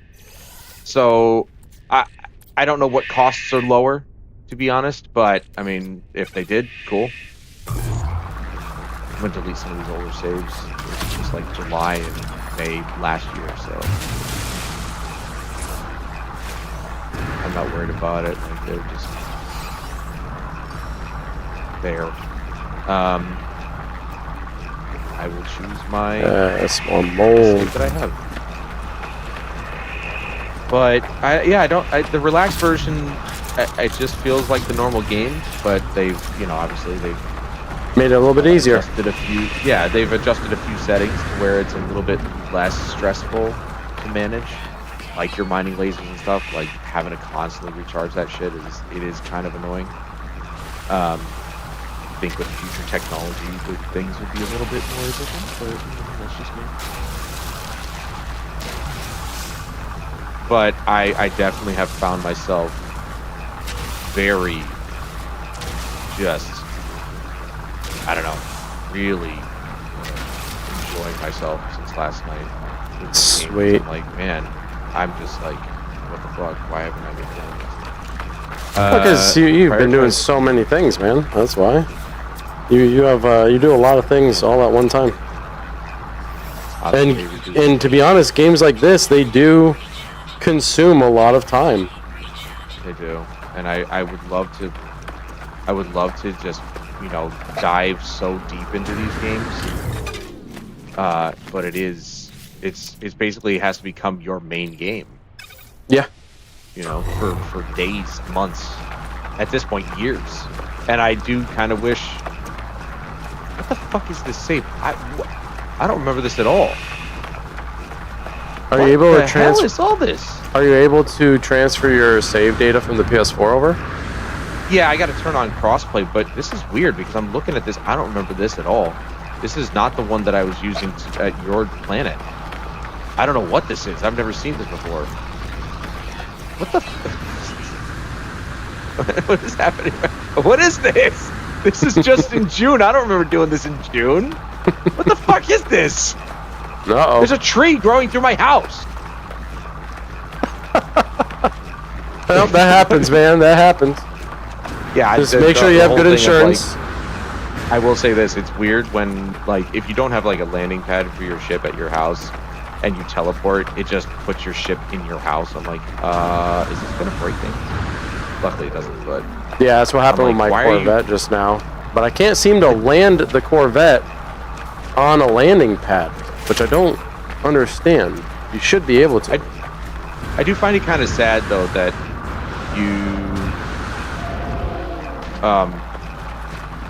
you can't just build a pad. You know, it has to be this specifically the landing pad in the game. Like I just built it out of wooden floor panels, and I'm like, okay, I'll just land my ship here. It fucking doesn't unless you. Sometimes if you teleport and you have it right next to the teleporter, it puts the ship there, but it's like rare. So I'm like, why can't I just build a landing pad and just like, I don't know, tell it, hey, this is a landing pad. No, it has to be specifically the landing pad. I'm like, okay. Yeah. Well, and you can't get that until you get through you go through the main storyline a little bit. Rockhopper Which is propeller. unfortunate. Yeah, I'm already seeing frame rate dips, even in the PS5 version frame rate mode, whereas the PS4 version is just rock solid, unless a lot of shit happens, like That's and weird. it's loading a lot of like characters and stuff. So like if I go onto like the space station, the frame rate dips in the PS4 version because there's just a lot of like logic that needs to be calculated and stuff like that, which is fine. But if I'm on a planet, it's rock solid 60 frames a second. Now that I'm playing the PS5 version, I'm just on my planet, whatever this planet is, and I'm seeing frame rate dips just turning the camera. So Wow, that's weird. yeah, this is why I was saying last night on stream, I really enjoy playing PS4 games that have been updated for PS5, or even games like specifically Dead Island 2, which has PS4 and PS5 version. If you play it on the PS4, it runs at a locked 30 FPS. If you play it on the PS5, it's unlocked to 60. But I don't recall that game, because it has a PS5 version, I don't know why it would just unlock the PS4 version to run it at 60 FPS, but it does. But it runs it at a rock solid 60 frames a second because it's usually rendered at a lower resolution. Some textures have been lowered or whatever. But PS4 games that have been like, that had maybe unlocked frame rates. So I still have yet to try this, but like Mafia 3 has an unlocked frame rate cap on the PS4, and it looked awful. It was just screen tearing city the whole time I was playing it back in the day. And I'm like, I want to try that on a PS5. I want to see how locked in this game can be on the PS5. And I guarantee you, it'll lock it in 60. But I love playing PS4 games on the PS5 because it's like the PS4 Pro even, I think was a, what was it, 1.4 teraflop GPU or 4 teraflop? I can't remember. It's really low end. I think it was a 1.4 teraflop, and we're going from that to a 10 teraflop GPU in the PS5. So it's like there's significantly, literally almost 10 times more power in the PS5 to play your old PS4 games. It's like upgrading your graphics card in your PC. It's such a significant leap in performance that the PS4 games generally tend to be so much more fun to play on the PS5 because if they do have an unlocked frame rate, they're going to hit that 60 frame rate target almost all the time. That's the question. And they would have to be updated for Right. it. Yeah.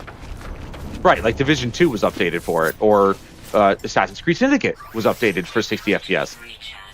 And I remember I texted you that day. I was like, "Oh my god, my favorite Assassin's Creed has just been updated." One of my favorites. My personal favorite's AC2, but They had this lighting issue. I don't know. It was like light tearing or something. I don't know what was happening, but every once in a while the light would, there'd be like a streak of white that just crossed the screen on Syndicate for like the longest times, because you could play it on PS5, but you would have this visual hiccup that was just atrocious and impossible to play. And then they fixed it. Like, they're still fixing games from years ago that I hate Ubisoft at times. I really do. I But- just want them to unlock Unity, because the only way you can play Unity with unlocked frame rate is if you buy the disc version and don't update it. So you get all of the visual breakage that they had at the beginning of that game's lifespan, but you at least get to play at unlocked frame rate. And it's like, why not update that game? That game is visually one of the most impressive looking games they've ever made. Still. Let's be fair, it's probably the peak. Even though people did not appreciate it as much as they should have, you can look at everything that that game had to offer, and it was the peak Assassin's Creed experience. It had everything that was traditional with the with the Assassins vs Templars. Ooh, a cargo pod. 2 cargo pods. It had the best parkour from out of any of them. The graphics were incredible. It had the greatest density of NPCs, had customization, mild RPG elements, very cinematic assassinations and fight sequences. The storyline was also pretty good because you had a little bit of a love story, but someone who is just being thrown into this assassin order because, well, shit, he got arrested and an assassin broke him out. You know, like. It was like the peak Assassin's Creed experience, and I don't think people give it credit where it's deserved. I mean, I absolutely love the characters. Me too. People anybody wanted who another thinks- Ezio, man. They got Arno. Arno's got to be one of the best characters they've ever made. Like, just the opening sequence alone, dude. The opening sequence of that game. He was so funny. He was phenomenally written. His love interest, Elise, I believe her name was. Yep. Amazing. Such a great counter to him, because she also was really snarky. Yep. So it's like, that was beautiful. It was beautiful, and they just only did one game with those characters. Obviously, spoiler alert, Elise died. But It's a shame, man. They should have It just is a done shame. more. it is a shame. She was phenomenally done. And okay, so I guess I have to go back to the PS4 version to get my PS4 game cross-saved. There's no way I'm I don't like arriving this to that in one. 5 minutes. There's got to be one closer. Just do this then. But yeah, I mean, you spoke of the crowd density. At the time, no other game had done that level of density in a crowd simulation. Not ever. Nope. And it was impressive, to say the least. There it is. Okay, so enable auto upload. Oh, I have to hold it. Okay, I'll turn that off. All right, so now, but see, my PS4 game that I was playing was the relaxed version. Does that matter? No, For us to be able to play together? I don't think so. Because we'll be in the same space, but your experience will be different, you know? Yeah, kind of like, I was actually surprised when they said that for Borderlands 4, you can tailor your experience, even if you're in the same game as your friends. It'll be different for you as opposed to them. I'm like, is that the first time that's ever happened? It's like, apparently not. No, I guess they do it here in No Man's Sky, but I'm probably just gonna get rid of all these save files, because how many times have I restarted this fucking game? Just don't delete the most current one. No, that'll be my relaxed version, because that is probably the furthest I've been in the game. I never thought I would like a Space Odyssey type of game, because I'm not really into space. But I've spent over 200 hours in this game, Yeah, I mean, and if you add up how many times every time Go I ahead. want to keep, every time I just want to keep coming back, man. Well, if you add up how many times I've restarted the game, I'm probably close to that. And honestly, garnered like 200 hours. and I'll be honest, dude, the story in the game isn't that bad. It really does provide a better understanding of what's going on in your particular situation, why NPCs react to you and speak to you the way that they do.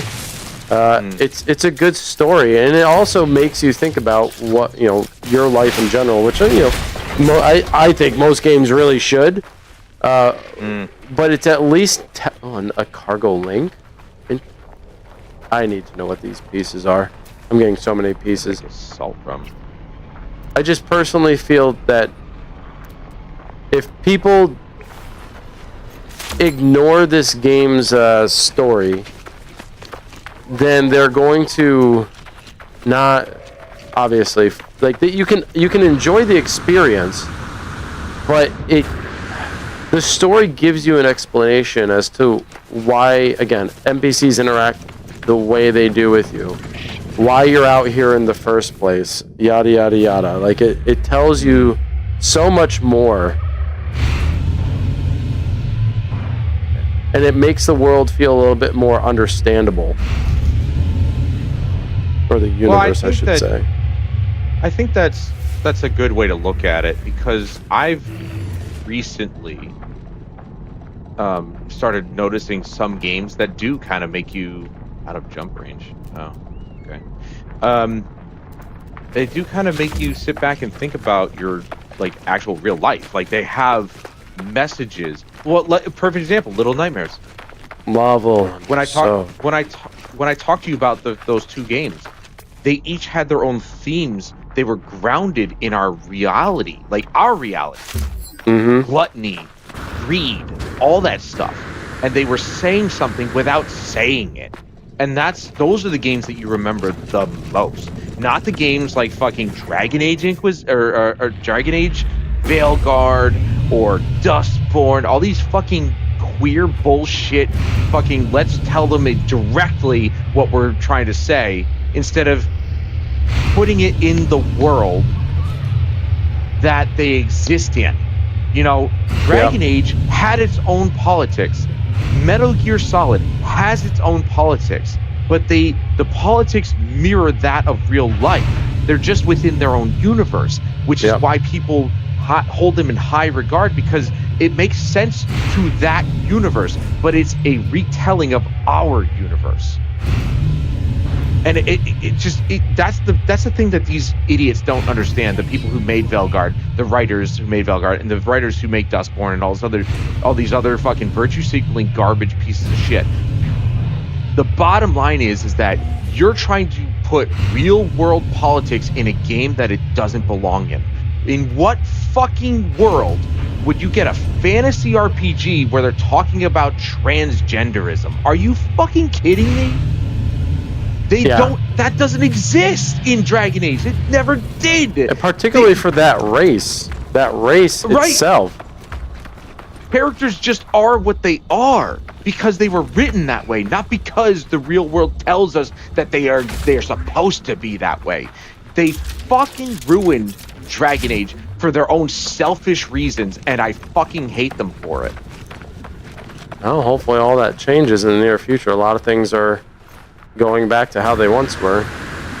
Good. These people deserve to be fucking chastised for what they did.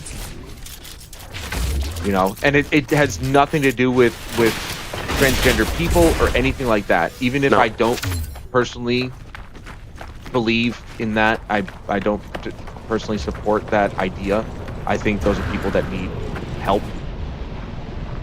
But I'm not gonna say, oh, you should probably just be gotten rid of or whatever. Anything right? horrible There's still happen to people. them. Yeah, there's still. You don't people. have to. You don't have to agree with what they believe. Like, I don't believe in this multi-gender stuff, right? No, that's nonsense. But I'm not gonna, like you said, chastise someone for it. It's like, okay, it's like whatever. Like, I don't agree with it, but I'm not gonna treat you any different than I treat any other human being. Nope. There's no reason to. You're a human. But Some humans need help, and the fact that we're enabling them to live in their delusion is the problem. That's not helping them at all. Nope. That's probably hurting them more than anything. And you can see it in, well, confession videos essentially, where people are like, "Yeah, that was a big mistake." Because now they have to either live this life, this lie, or uh-oh. I see a skull on my... And emergency broadcast detected on hailing frequency as communicator. Excuse me? What happened? Oh, abandoned. Project the lies follows to freedom. The ship is broadcasting the same message over and over and endless loop. Its message has decayed over time, but there's still salvageable coordinates of the delays. I shut down my receiver and put the coordinates to my starship. Wait, what happened to this? Final check. Oh, that's the instability drive. With intelligent message from the abandoned vessels. Okay, never A mind. warp Under cell. rebels. Can I make a warp cell? I can. So let's fix Okay. that. Oh, I remember this ship. This ship Do was I? actually shown in some promotional details. The one with the solar sails for wings. But I need okay, location. Reach the marked coordinates, which I am. Why is it flying away from me? Did I bump it? God, Oh, I This- backed up. I was an idiot. this spaceship is so much faster. So, Chris, I reached an abandoned ship. It's just kind of floating along here. How do I blow it up? There are pieces that you can shoot, and you can get technologies or particular scrap from it that could probably sell for a lot. I've never, I'll be honest, I'm not really sure how all that works. Because I personally wanted to go inside the ships, walk around them, see them, because they're supposed to be infected and all that stuff. But I've never Right. done it, and I could never figure out how to land or enter it, No, So- I'm genuinely confused because I'm shooting it and it says 0, so I'm not actually doing damage to it. I'm trying not to... I can't shoot. What am I supposed to do? Location data required from abandoned vessel. Reach the marked coordinates. Oh, okay. It told me to go somewhere else. Okay, the ship is not the location. Never mind. That's why I was confused. I'm like, because it's not actually. But yeah, I don't know. The relaxed version of the game doesn't really feel too different. Just a couple of the systems are more relaxed, so to speak. But other than that, it feels pretty much standard No Man's Sky. Like I still have to collect some things and go out and salvage things, but I don't know. Like I don't have to recharge certain things, and I guess that's kind of like quality of life improvements in my opinion. I don't particularly like the idea of having to recharge my mining laser all the time, so it's kind of nice not to have to worry about that. Technology recharges. Yeah, it's good that there's an option. Yeah. I didn't expect it. I haven't seen this menu in fucking forever, so it was like, oh, okay, there's far more game options here. So it was kind of nice to see. I'm like, oh, sweet. All right, yeah. Let's just fucking let's do the relaxed variant because I want to see what was streamlined. Wait. Some non-important things were streamlined. So how do...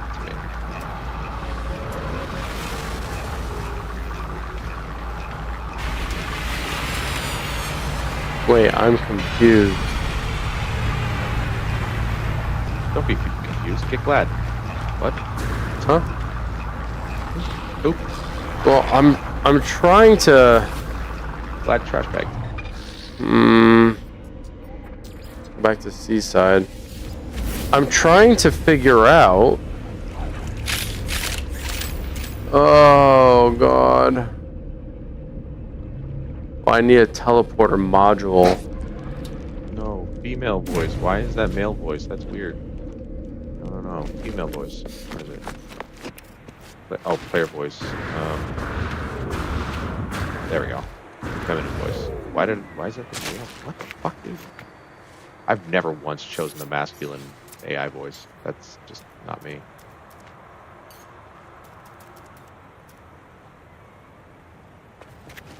Alright.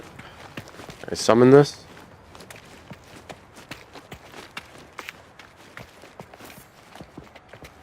My ship too big? Probably can't summon it because I don't have the technology to do so.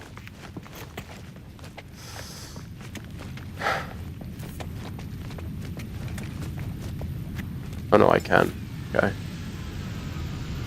I'm not gonna lie, dude. I'm playing the PS5 version here. I'm not really seeing much of a visual difference. I thought maybe the PS5 version had some, and it probably does, like visual upgrades that the PS4 version doesn't. But it kind of looks the same.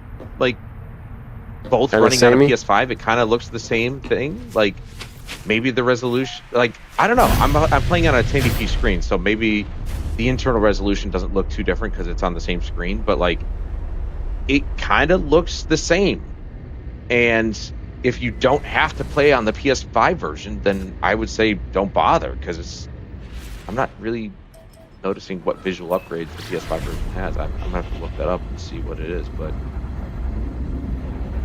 still looks good. I mean, no matter what, PS4 version, PS5 version, they both look good. So Hello Games knows what the fuck they're doing, man. I'll tell you what. I'm really excited for Light No Fire. Dude, me too. You and I will have to get in on that at the same time then. Oh, I'm getting it day one. Yeah. Fergie said that she's getting in on it too, because I showed her the trailers and stuff, and she's excited for it. Because it's that fantastical, medieval-ish, dragon type of theme. It's like right up her alley. It's right up my alley. Well, it's, I mean, and here's the thing: people are like, they're marketing for it is the first ever real open world game. Which, to be fair, true. I don't know any other game that gives you a single planet, Earth-like planet, and the whole planet is open for you to explore. You're not going to travel to other planets. You're just on this one planet that's a 1-to-1 scale of a fucking planet. Yeah. Which is insane to me. But at the same time, you can kind of do that in No Man's Sky as well. You don't technically have to leave the one planet you start on. No. Technically. Obviously, to do the main storyline you do, but for the most part, everything else, you pretty much just can stay on the one planet, and that's it. In fact, there's solar systems, the purple solar systems, that have multiple people who have created cities, civilizations there. Like, one of the planets, it was the same solar system as that, those two planets I was telling you about, how they were so close together. You could go to one of the planets in that exact solar system, and you will find multiple communities that were created by people. And markets. People created markets where they would dish out, they would go out and trade. They would have, the essential real markets. People would go in and sell stuff. It was crazy. Like, it had its own ecosystem and everything. Kind of like Star Citizen's, like certain planets that are like, there's that one planet that's just like a giant city planet, essentially. And it's just like, I guess there's people who just, kind of live out the lives that they want to live, so to speak. Also, I need to get myself a freaking bolt caster or something. I noticed all the different, like, combat modules for your mining pool. Like, I thought the bolt caster was like one of maybe two. There's like plasma cannon, and stuff. I'm like, what the fuck? Like, there's so many different gun types you can have your mining laser to be, and I'm like, oh, okay. Yeah, there's I see how it is. A lot. There are a lot. There's a lot to this game, which is really frustrating that I didn't keep playing this game from day one. I'm just so annoyed. And I even said this last night when I was playing 2042. There's rumor that Byron Beatty, excuse me, the game director or the studio director of Battlefield Studios, allegedly, said that they're looking to make Battlefield a yearly release within the next 5 years. I'm not happy about that if that's true, because it's just going to become Call of Duty. Yeah. If they don't do it right. That's the thing. You can have yearly releases, but we've seen multiple examples. Assassin's Creed. Where that is not okay. Like, they took 2 years off from Syndicate to make Assassin's Creed Origins, and it was a phenomenal job. Origins is one of my favorite entries in the franchise, and it's in my opinion, my only favorite modern entry. Origins was really good. It did the RPG thing, but it also had the Assassin's Creed feeling to it. Odyssey went a little bit too far in that one direction for the RPG aspect and not enough Assassin's Creed. And then Valhalla was like, hey, you benefit from just being a Viking, essentially. Just go in and start slicing heads. Whereas, you could be assassin, but it didn't feel right because it's like thematically it didn't make sense. Mm-hmm. For me, I didn't dislike Odyssey. I actually liked Odyssey's story. I was surprised by the story. If you played as, what's her name? Cassandra. I don't know why it's such an easy name to remember and I fucking forgot it. But you had to play as her because I don't know, for some reason it just made more sense to play her. She was canon. Right, she was canon, just like female Ivor was canon, even though Ivor is definitely a fucking man's name. In my opinion, very manly, masculine. They tried to push that whole narrative that the female is canon apparently all the time now. I feel like that's such a cop-out. But Origins was really my only favorite one from that new trilogy, and I just think they had a good balance of Assassin's Creed plus RPG. But they took that time off from Syndicate because they realized this formula is getting stale. So what can we do that's different? So they add the RPG elements, but they took the time to do that. 2-3 years later, they come out with Origins, and it's fucking amazing.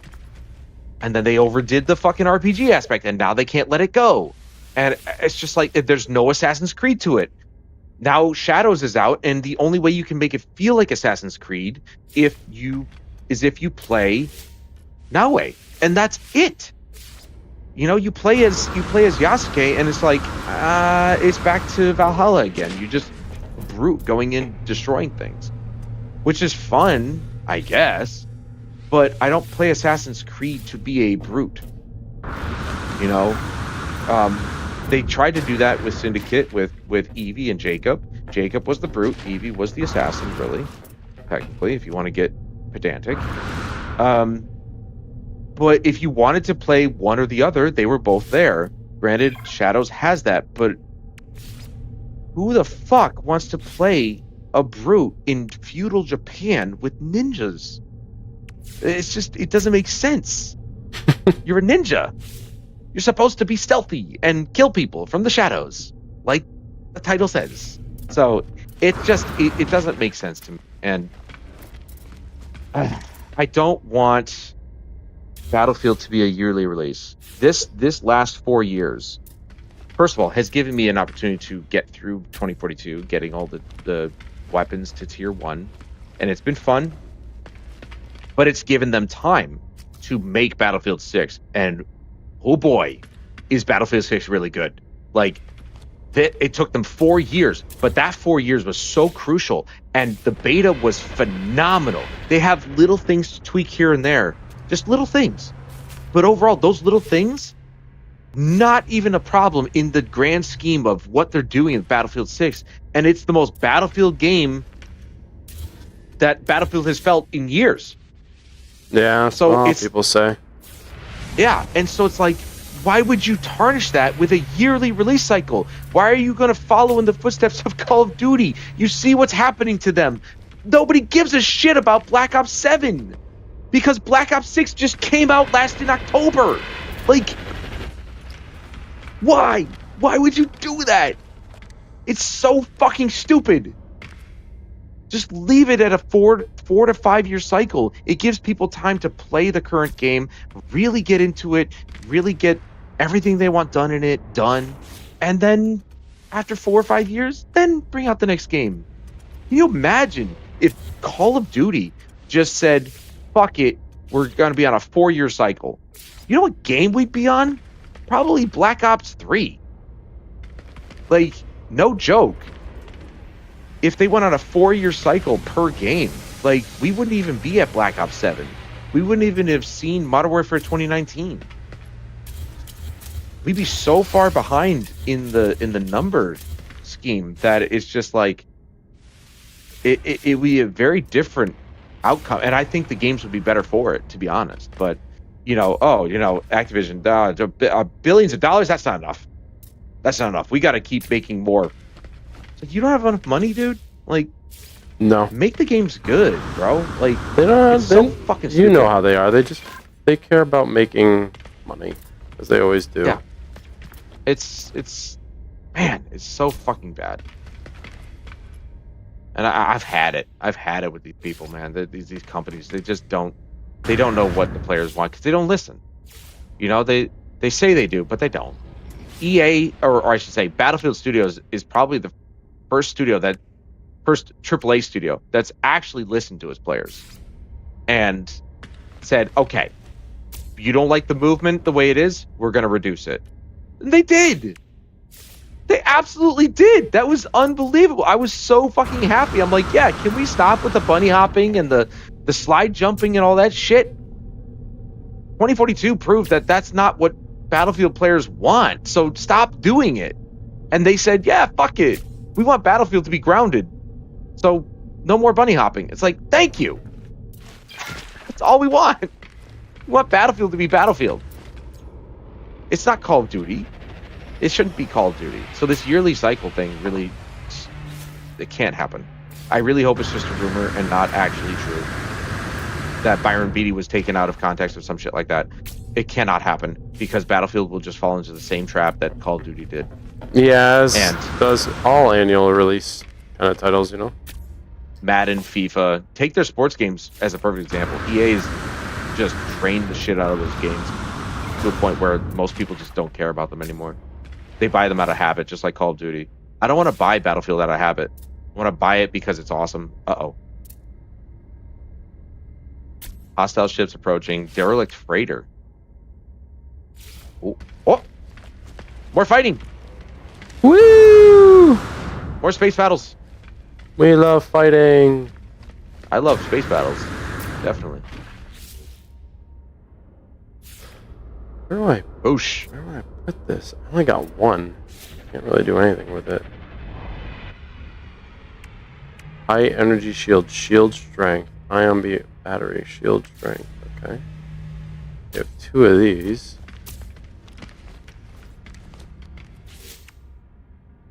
I have a thruster. I've got 2 of these. So, one there. Come on.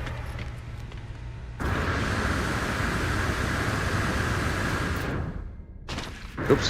How about shit? Alright, let's take this. Where can I put this? Oh, wow, I can only put it underneath. Really? Can't put it on top? Okay, here we go. I got 2 of those. Boosh! Oh, that was a good. Okay. I gotta do that more often. Did you just Goddamn use right, your Costa. rockets? Well, I've been trying to use my rockets, but I haven't been able to be successful with a hit. And I think it's because of the shields that you have to take down first. I don't Yeah. know. I could be wrong, but Gosh, the shields are very important to take down first. nuisance destroyed 10 starships. Well, if I'm a nuisance, then those guys are fucking assholes. I don't know. Like, I'm at rank 5 of 9 for the Gek, so that's good. Kind of helping them out a little bit.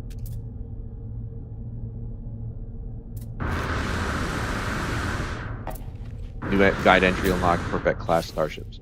Oh, There there you go. Put another one down? Dude, I'm not gonna lie, it's like it's a bit creepy going again, like They're like flying up freighters? to this. Yeah, well, yeah, and it's just dead silent. Now I'm not fighting anything; it's just dead silence, and I'm Oh, dude, flying into a wait till you busted get ship. in. You wait till you get into an abandoned space station. Talk about creepy. When they came out with that update, which looked very like, I don't know if they did it around Halloween. They might have, but like, I remember when they came out with, oh, here's some new missions, and they're like horror missions. I'm like, get the fuck out of here!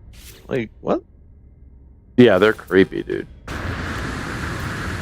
Corvette Workshop Terminal. So I guess I unlocked the ability to make a Corvette. That's what I'm doing. All I did was kill some pirates, apparently, and that was enough. Should get rid of I've got that. so many missions here. It's never ending. It's just never Tell me ending. about it. I'm a little overwhelmed, but I'm like, okay, let me just pick one, do one, and then, move on to the next. Focus on it like it's an RPG. Just do one mission at a time. Yeah, sooner or later you get almost all of it done. Well, I mean, do the side missions even have an ending, or do they just keep randomizing those? Keep as well? randomizing. Like, You keep getting them over and over and yeah, over. So it's really just a means to. Okay, here we go. It's just a means to just keep the game going while you're waiting for like the next major update or some shit, I'm guessing. Okay, well, here, let me just at least, start the Corvette workshop, create a new Corvette. You can even purchase modules. Yeah, they're expensive. That's but, cool. I'm sure. I have no money. Well, if you Purchase want money, basic I can give you modules. some. Oh my god, 1.6 mil for Thunderbird class cockpit. Well, you know me, I like to make my own way in my video games, so Yeah, probably not going to yeah, ask for any yeah. money. I don't like help. I'm a man. You know this. Men don't. I'm a like man. I'm a man. I'm a man. I'm a manly man. It's ma'am. Talk about lunatic. All right. That one is blinking for some reason. Let's do it. Can't purchase any of these, so fine. I know I can put them. Window, seamless window, handled window. Yeah, I'm gonna see if it's possible to create the space space shuttle. I tried to do it in Starfield, but there's a lot of parts in that I don't have unlocked either. So I'm like, okay, well, maybe I'll have to wait to really play that game and unlock more parts to use. But there's got to be. I hope that maybe I can actually build the space shuttle in one of these fucking games. So, reach the rendezvous. I don't know why that unchecked. 3 of these. I don't know if you're watching my stream, but I'm like, not. I should probably pull it up. but like, what the fuck am I building? It's a monster. Nobody knows this- what you're building. This is not a Corvette. This is a monster. This is not a Corvette. It's a Ferrari. No. Adam, this is a monster. Bentley? Rolls Royce? There's so many pieces. There's so many pieces to decorate with and stuff. Like, there's just so many pieces. This is insane. You streaming on YouTube too? Yeah. Okay. Yo, I'm so confused.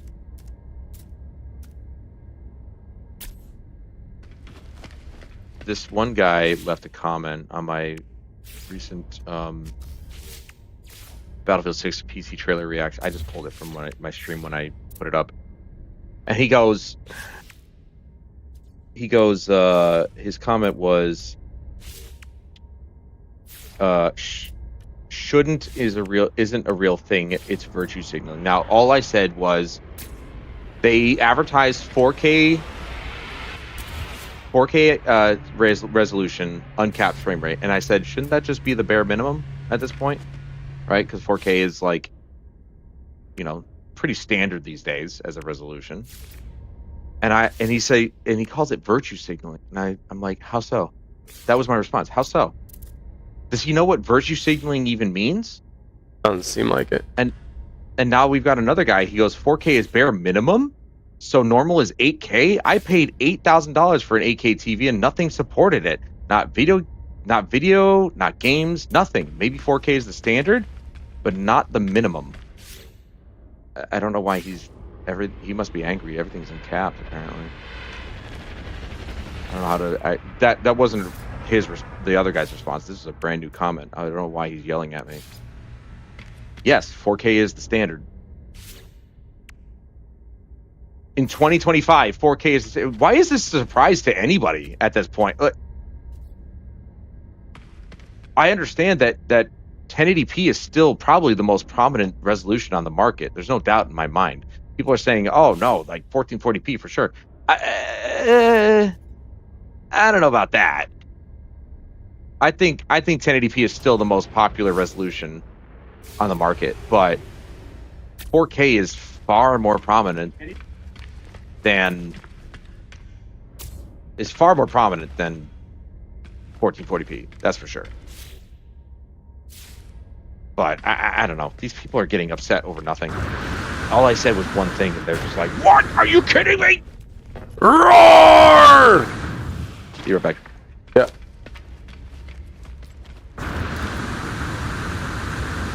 This thing is just a monster.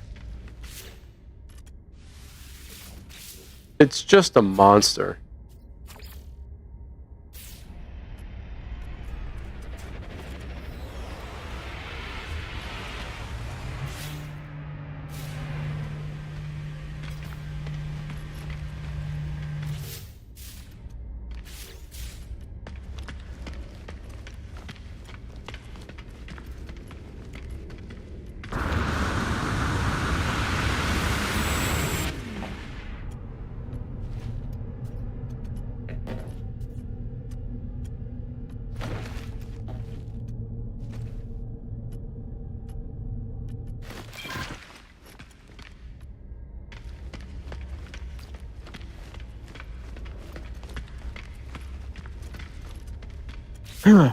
Yeah, I don't know what this guy's problem is. He says that he spent $8,000 on an 8K TV. Your fault? It's not my fault. You spent $8,000 on a resolution that makes no sense. 8K resolution makes sense for like a movie theater projector or something, where the screen is like 200 feet long or diagonal. But on a TV, 4K and 8K, there's nothing perceptible to the human eye. So I'm sorry you wasted your money, but I'm not here to feel sorry for you. You should have known that 4K that is the minimum. That's the standard. Not even the minimum. 4K is the standard. The minimum is 1080p. But the standard is 4K. So I don't know what these people are upset about, but I'm sorry that you're not in the loop with everything. Like if you're a gamer, if you're like a real gamer, you'll be in the loop with all this shit. And mobile gamers are not real gamers. I agree. Wait, did I not change want that to waste color? time? So, Chris. So, Adam. My brother of 36 years. Talk to me. I know that we spoke over text about what you've done recently. Uh-huh. But, I want to just go over it. Be like, okay, so you have officially ceased operations, essentially. to For an now. extent. Yeah. Yep. I understand why. Damn, that chip looks good. I'm not gonna lie. You need to increase your bit rate though, bro. I swear to God, you do. What? It's on. It's. I think it's because it's on VR that it looks meh. Maybe. Let me take a look. I'm gonna log into my Twitch and A lot of silver.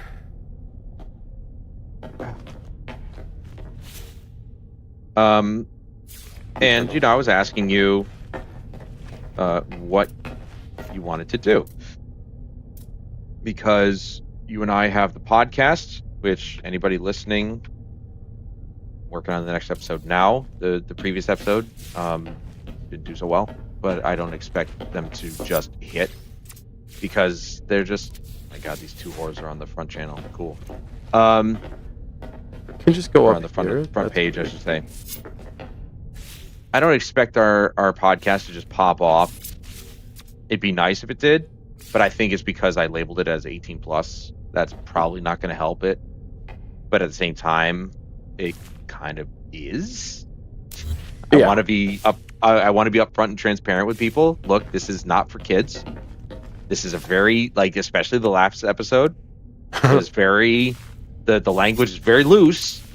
Okay, because it was all about the freedom of speech, and we should be able to speak how we want without persecution. It doesn't mean people can't judge us, but at the same time, we shouldn't be attacked for what we say, because we decided that we wanted to speak that way. It's English. It's just the way that people should speak, in my opinion. You shouldn't have any fear of being chastised. Okay, so your bit rate's at around 6, it looks like. So yeah, that makes about, that pretty much is checking out. Protocol's HLS, that's interesting. I didn't know that was gonna be a thing. So 6 is about as high as you can go, if I'm not mistaken, as an affiliate. So that makes sense. Okay, never mind. You're pretty much where you're supposed to be. It's unfortunate, but that's where you are. It is what it is. That's what they give you. That's why I stream on YouTube, because you have, the sky's the limit. So what I was trying to get at was, if you just want to do the podcast and leave it at that, I'm cool with that. But if you want to, if I was to absorb you, so to speak, to use a lack of a better term, to absorb you into Full Spectrum Studios as my very first collaborator, employee, whatever you want to fucking call yourself, I'd be happy to draw up an official contract. And what I was saying in the text was, all you'd have to do was just do what you're doing now. Just fly the colors. That's it. Mm-hmm. That's all I expect, because I know you. I know you share similar ideals as myself. And I know that you're not going to make me look bad.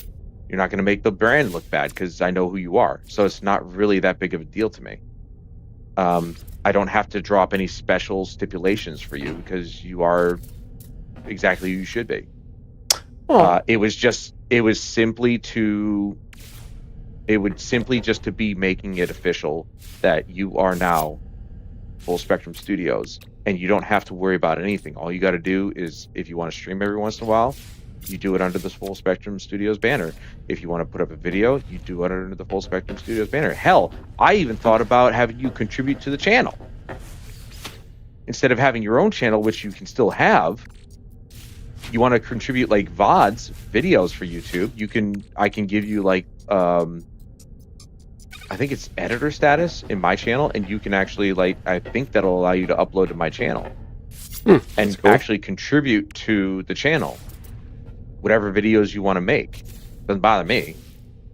My whole goal with Full Spectrum Studios was to branch out and have different content, whether that be gaming or vlogs or music. In my case, I stepped away from Gamers Platform because I wanted to have that variety. I wanted to have that ability because I like doing vlogs. I like doing reaction videos and unboxing videos and stuff like that.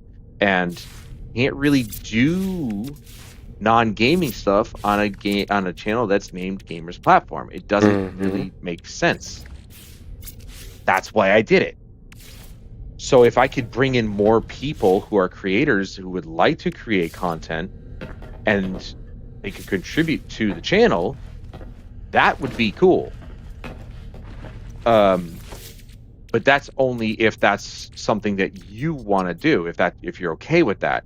If you want to just keep doing your thing, that's fine, and we can just keep doing the podcast together, and we'll leave it at that. But that's what I was getting at. Like, do you want to be brought on, or do you want to just kind of keep doing your own thing, and the podcast is what we have? That's fine too. I'm still thinking about it because I like the idea. I'm still thinking about it. Just don't, because I was going to really have an answer. I was trying to drop a contract for Jeremy because I said, dude, I would love for you to be like my first quote unquote, and I huge quotes, employee. Because I always saw myself as having, I actually drew up an image of Gamers Platform Publishing. Just because I always thought how cool it would be to be a publisher of video games and to show the bigger publishers how it's done. You don't just take the rights away from the developers from their fucking work. I personally don't believe that. I think the publisher's there to obviously fund the game, market the game, and really get it out to the public and distribute it. But the rights should be retained by the developer. I don't think it's fair, personally, that the developer should lose the rights to their game just because they signed on with a publisher. I think that's ridiculous. I think the publisher should be there to fund, market, and distribute the game. They get a percentage, but the developer should get the larger percentage. And I know that's ass backwards business thinking. That's why I'm not a business major, but in my opinion, I think it should still work. You know, I still get a cut because I'm doing a lot of the marketing and distributing and publishing, but and the funding, I should say. But the developer's doing all the work. So shouldn't they retain their rights? Like, I just find it no-brainer. It's their game. They're the ones who built it, not me. I mean, I don't disagree with you. That would require that would require me to actually get a loan and fund a project that I believe in and hope that project does well. So it's a gamble. Which is why I'm like, you know, if I was to ever do that, I would have to make sure that, like, whoever wants to do it would have to want to do it for free. To kind of just like, okay, I'll showcase your game when you want it shown. So like, okay, it's an alpha build, let's show it off and stuff like that. Like, say for example, if it's somebody who just wants to be a developer, but they're not used to being behind a camera or on a microphone and talking about it, they want somebody else to do that for them. That's me. I would love to do that. I want to be the voice for your game, so I want to show it off. But I don't know if anybody would be. It's like, some people don't realize that, look, you have to. A lot of people, when they build their games, they don't just quit their day job and that's what they do. They have their day job and then they work on their game. Right, exactly. People don't have that mindset. They don't think, oh, that's what I have to do. No, they think, oh, I'm just going to quit my day job and I'm just going to develop full time, but somebody has to be willing to give me the money. That's what, you know, Indiegogo or GoFundMe or whatever has gotten into a Kickstarter, have gotten into people's minds where they can just quit their day job and just ask people for money that would be willing to fund their passion projects. It's like, no. You have to put in the hours, the effort. You got to have that day job to fund your passions. That's what I'm doing. I wish I could just quit my day job and stream full time and do video content full time. That's not realistic. No, unfortunately not. But that's what people expect of a publisher. they expect, oh, you're a publisher, so you should be able to fund my passion project. Well, effectively, yes, if I had the money. But if you're willing to start with me, you do the developing, I'll do the marketing, and I'll push your project. But that also requires me to have a bigger audience than I do. So it's tough. It's tough. I've always wanted to stick it to the fucking bigger publishers and just show them how it's done. But you can't do that with no money. No, you can't. I basically have to build my own game first, like they used to, because a lot of people forget Activision and EA, they started out as developer publishers, and then they just stuck to publishing. Activision doesn't build their own games anymore, but they used to. That's how they started. That's how they got into publishing. Indeed. Built their own games. Yeah, I remember. They showed their pedigree, and then they bought other developers to build games for them, and that's how they became publishers. So if I wanted to be a publisher, I guess I would have to start there, but the old school way. But I don't build games. I don't know how to build games. Obviously, it would take a long time to learn, but I'm not willing to do that. I love the genre. I love the medium. I would love to know how to build them, but there's just not enough time in the world to do that. Plus, do my work that I do now and get my certifications so I can make more money at my day job and all this other shit. Like, it just doesn't. There's not enough time. There's never enough time. Annoying. Because I would have loved to do AHD like far longer than I did. Well, and again, you said that for now it's kind of on the back burner. Yeah. I don't see myself ever stopping doing what I do because I've kind of solidified it in my life. It is who I am. It's part of who I am, a big part. So I don't ever see myself stopping, which is why I brought up to you the idea of you joining me under the Full Spectrum Studios banner, because it would take a lot of weight off your shoulder. I've already got an established platform, so to speak.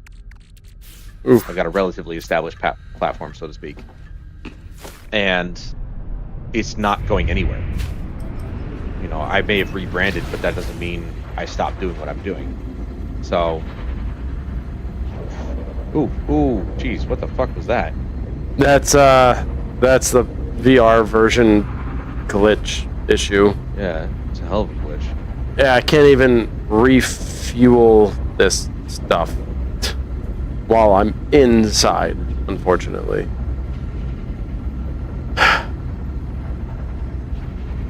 So, I mean, obviously, pulse engine available, unsafe trajectory. Oh, because of all these ships in the way. Great, thanks, guys.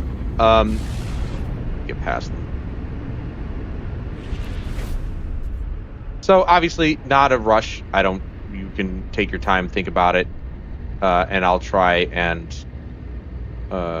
do my best to draw up a proper, contract of some sort, where all you really have to worry about is just flying the colors. That's it. Keep doing what you're doing, just fly the colors.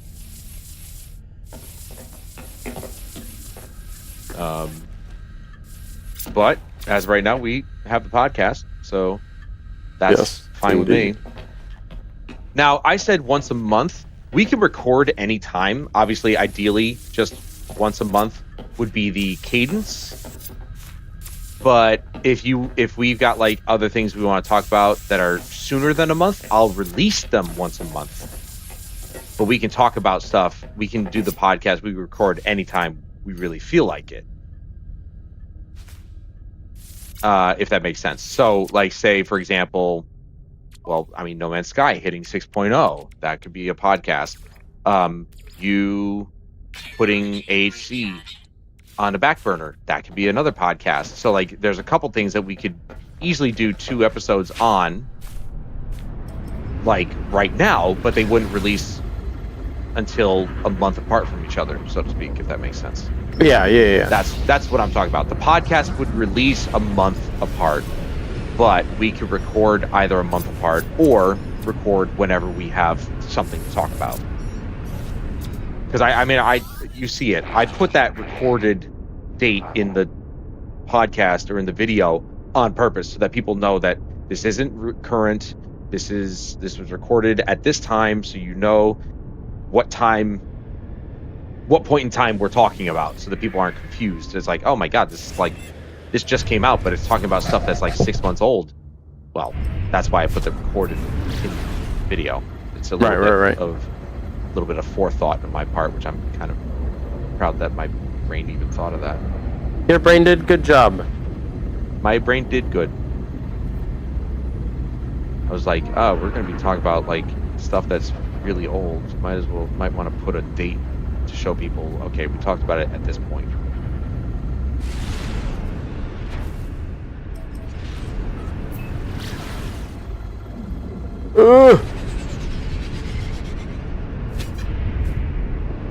So to anybody who's in his stream, obviously we're not playing together at the moment.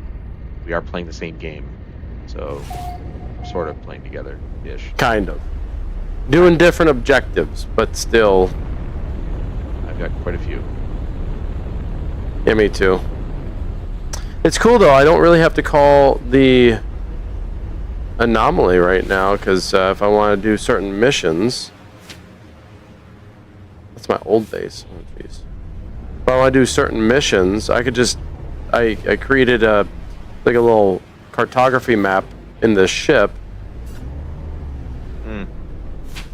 And they're the missions that can get you Quicksilver, which is really cool. Like this thing right here, I just pull this up. There's Quicksilver fights. Or, excuse me, missions. Bless you. Thank you. And then there's... Quicksilver? Yeah. You get him? Yeah, I mean, yeah, that'd be sweet. Oh no, that's Silver Surfer. I wonder, I have to see which module this was, because this is a really nice looking interior compared to this crappier stuff. This particular module is really nice. I'm going to have to really go on an adventure and collect as many of those as I can.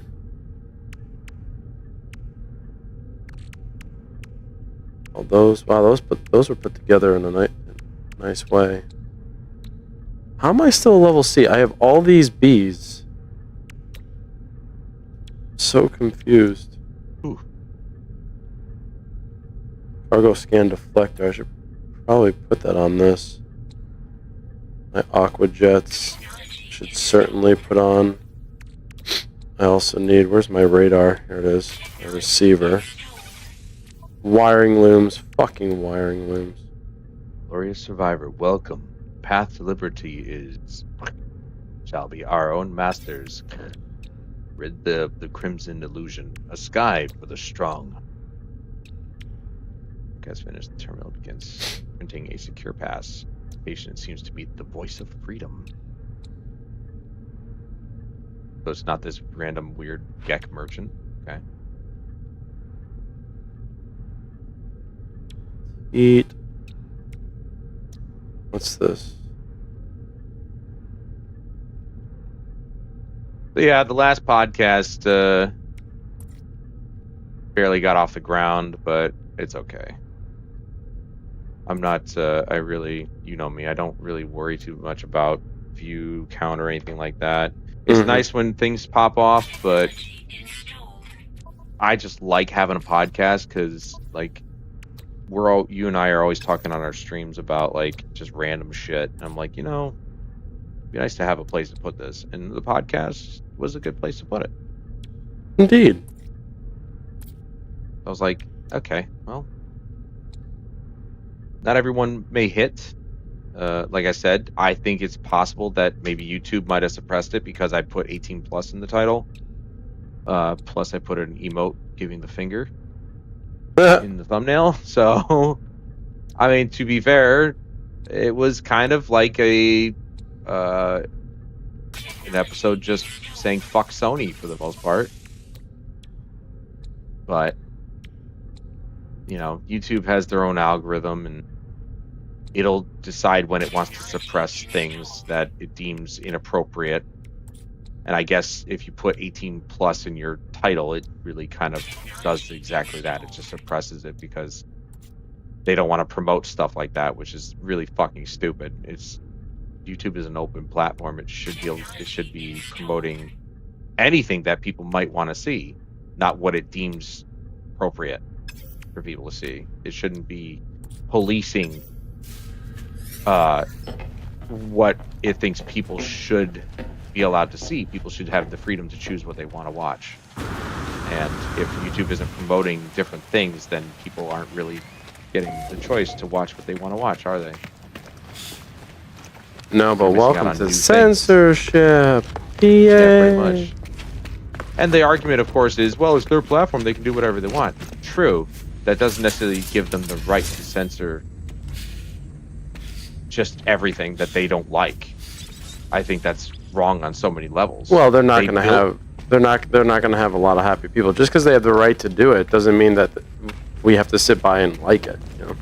Right, and that's why I left Twitch, because all they ever did was promote whores and gambling. Like, Still that's kind all of do. like. Yeah, they still do. I mean, they might be cracking down on those view bots or whatever, but they literally do that. I went to Twitch to see what your bit rate was, which again, it's normal. But right on the homepage is two fucking whores talking about nothing. Like they fucking like their voices even matter. Like they have anything like decent to say. Like, I'm sorry, you're just two pretty faces with big tits on a screen. Whatever's coming out of your mouth, literally, I guarantee you, not a single man on the planet cares. No, And that's probably the not. shit that pisses me off. No, They're probably just that's the whacking it. You know. yeah, exactly. They're using one hand to do one thing and the other hand to scroll.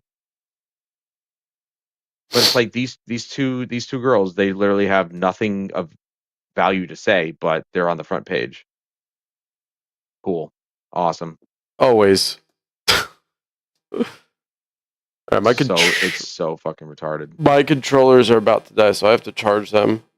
Yeah. And I should probably spend a little bit extra time with the family before they go to bed. And then I'm gonna be up. I'm gonna be up later. I might actually try to hop on this game with my controller instead. I don't know if you're gonna be on longer or not, or a little bit later. But you have tomorrow off, right? You're not. Absolutely. Okay, sweet. I'll be playing Battlefield all day. Oh. Well, yeah. I just was wondering, like, if you're going to be staying up late or anything, going to be doing anything else. Absolutely. I'm not really doing anything. I'm probably going to go back to editing our podcast, and then and probably just grinding away on maybe this. I'm guessing can I actually, like, even though I've got cross save enabled, can I go back to the PS4 version and pick up in the same save file? I'm not. I have no idea. I don't think so. I don't think it saves on both, and you can't retroactively transfer from PS5 to PS4. It can only be forward. That's what I thought. I had a feeling. I'm like, I'll let you know. Obviously, I'm gonna test it out personally, but I'm actually about to do that right now. I'm gonna see, because I love my Portal, and I love the fact that I figured my brain worked for a second and said, hey, I can use that as a controller while I wait for the new joystick. But the sticks are just so loose. I don't like them. They're weird, man. It's strange how they nailed the rest of the controller, but the sticks are loose. Yeah, I don't know if I like it or not. I love my Portal. I mean, just I mean, like, the looseness of it. I don't know if I like it. It's awful. It's very reminiscent of PS3, and I didn't even like those controllers. At least, obviously, after I got PS4, I was like, oh, PS3 controller kind of sucked. But it gave us 6-axis. All right, dude. Well, I'll message you later and let you know if I'm going to be hopping back on and see where you're at, if you're going to do that, and if not, like, cool. Thanks for hanging out, dude. Yeah. I mean, even though we didn't play together, I'm trying to do something, and I was off. You essentially. I was off doing other things. I want to test out this Corvette thing. They have a Yeah. few VR bugs that they have to fix on it, but it's cool, man. It's a cool system, and if I was actually creative with ship making, I could make something kind of cool. But Yeah. well, I'll have to play around and see what I can do. But all right, dude. Well, All right. chat with you later. All right, dude. Bye. Bye.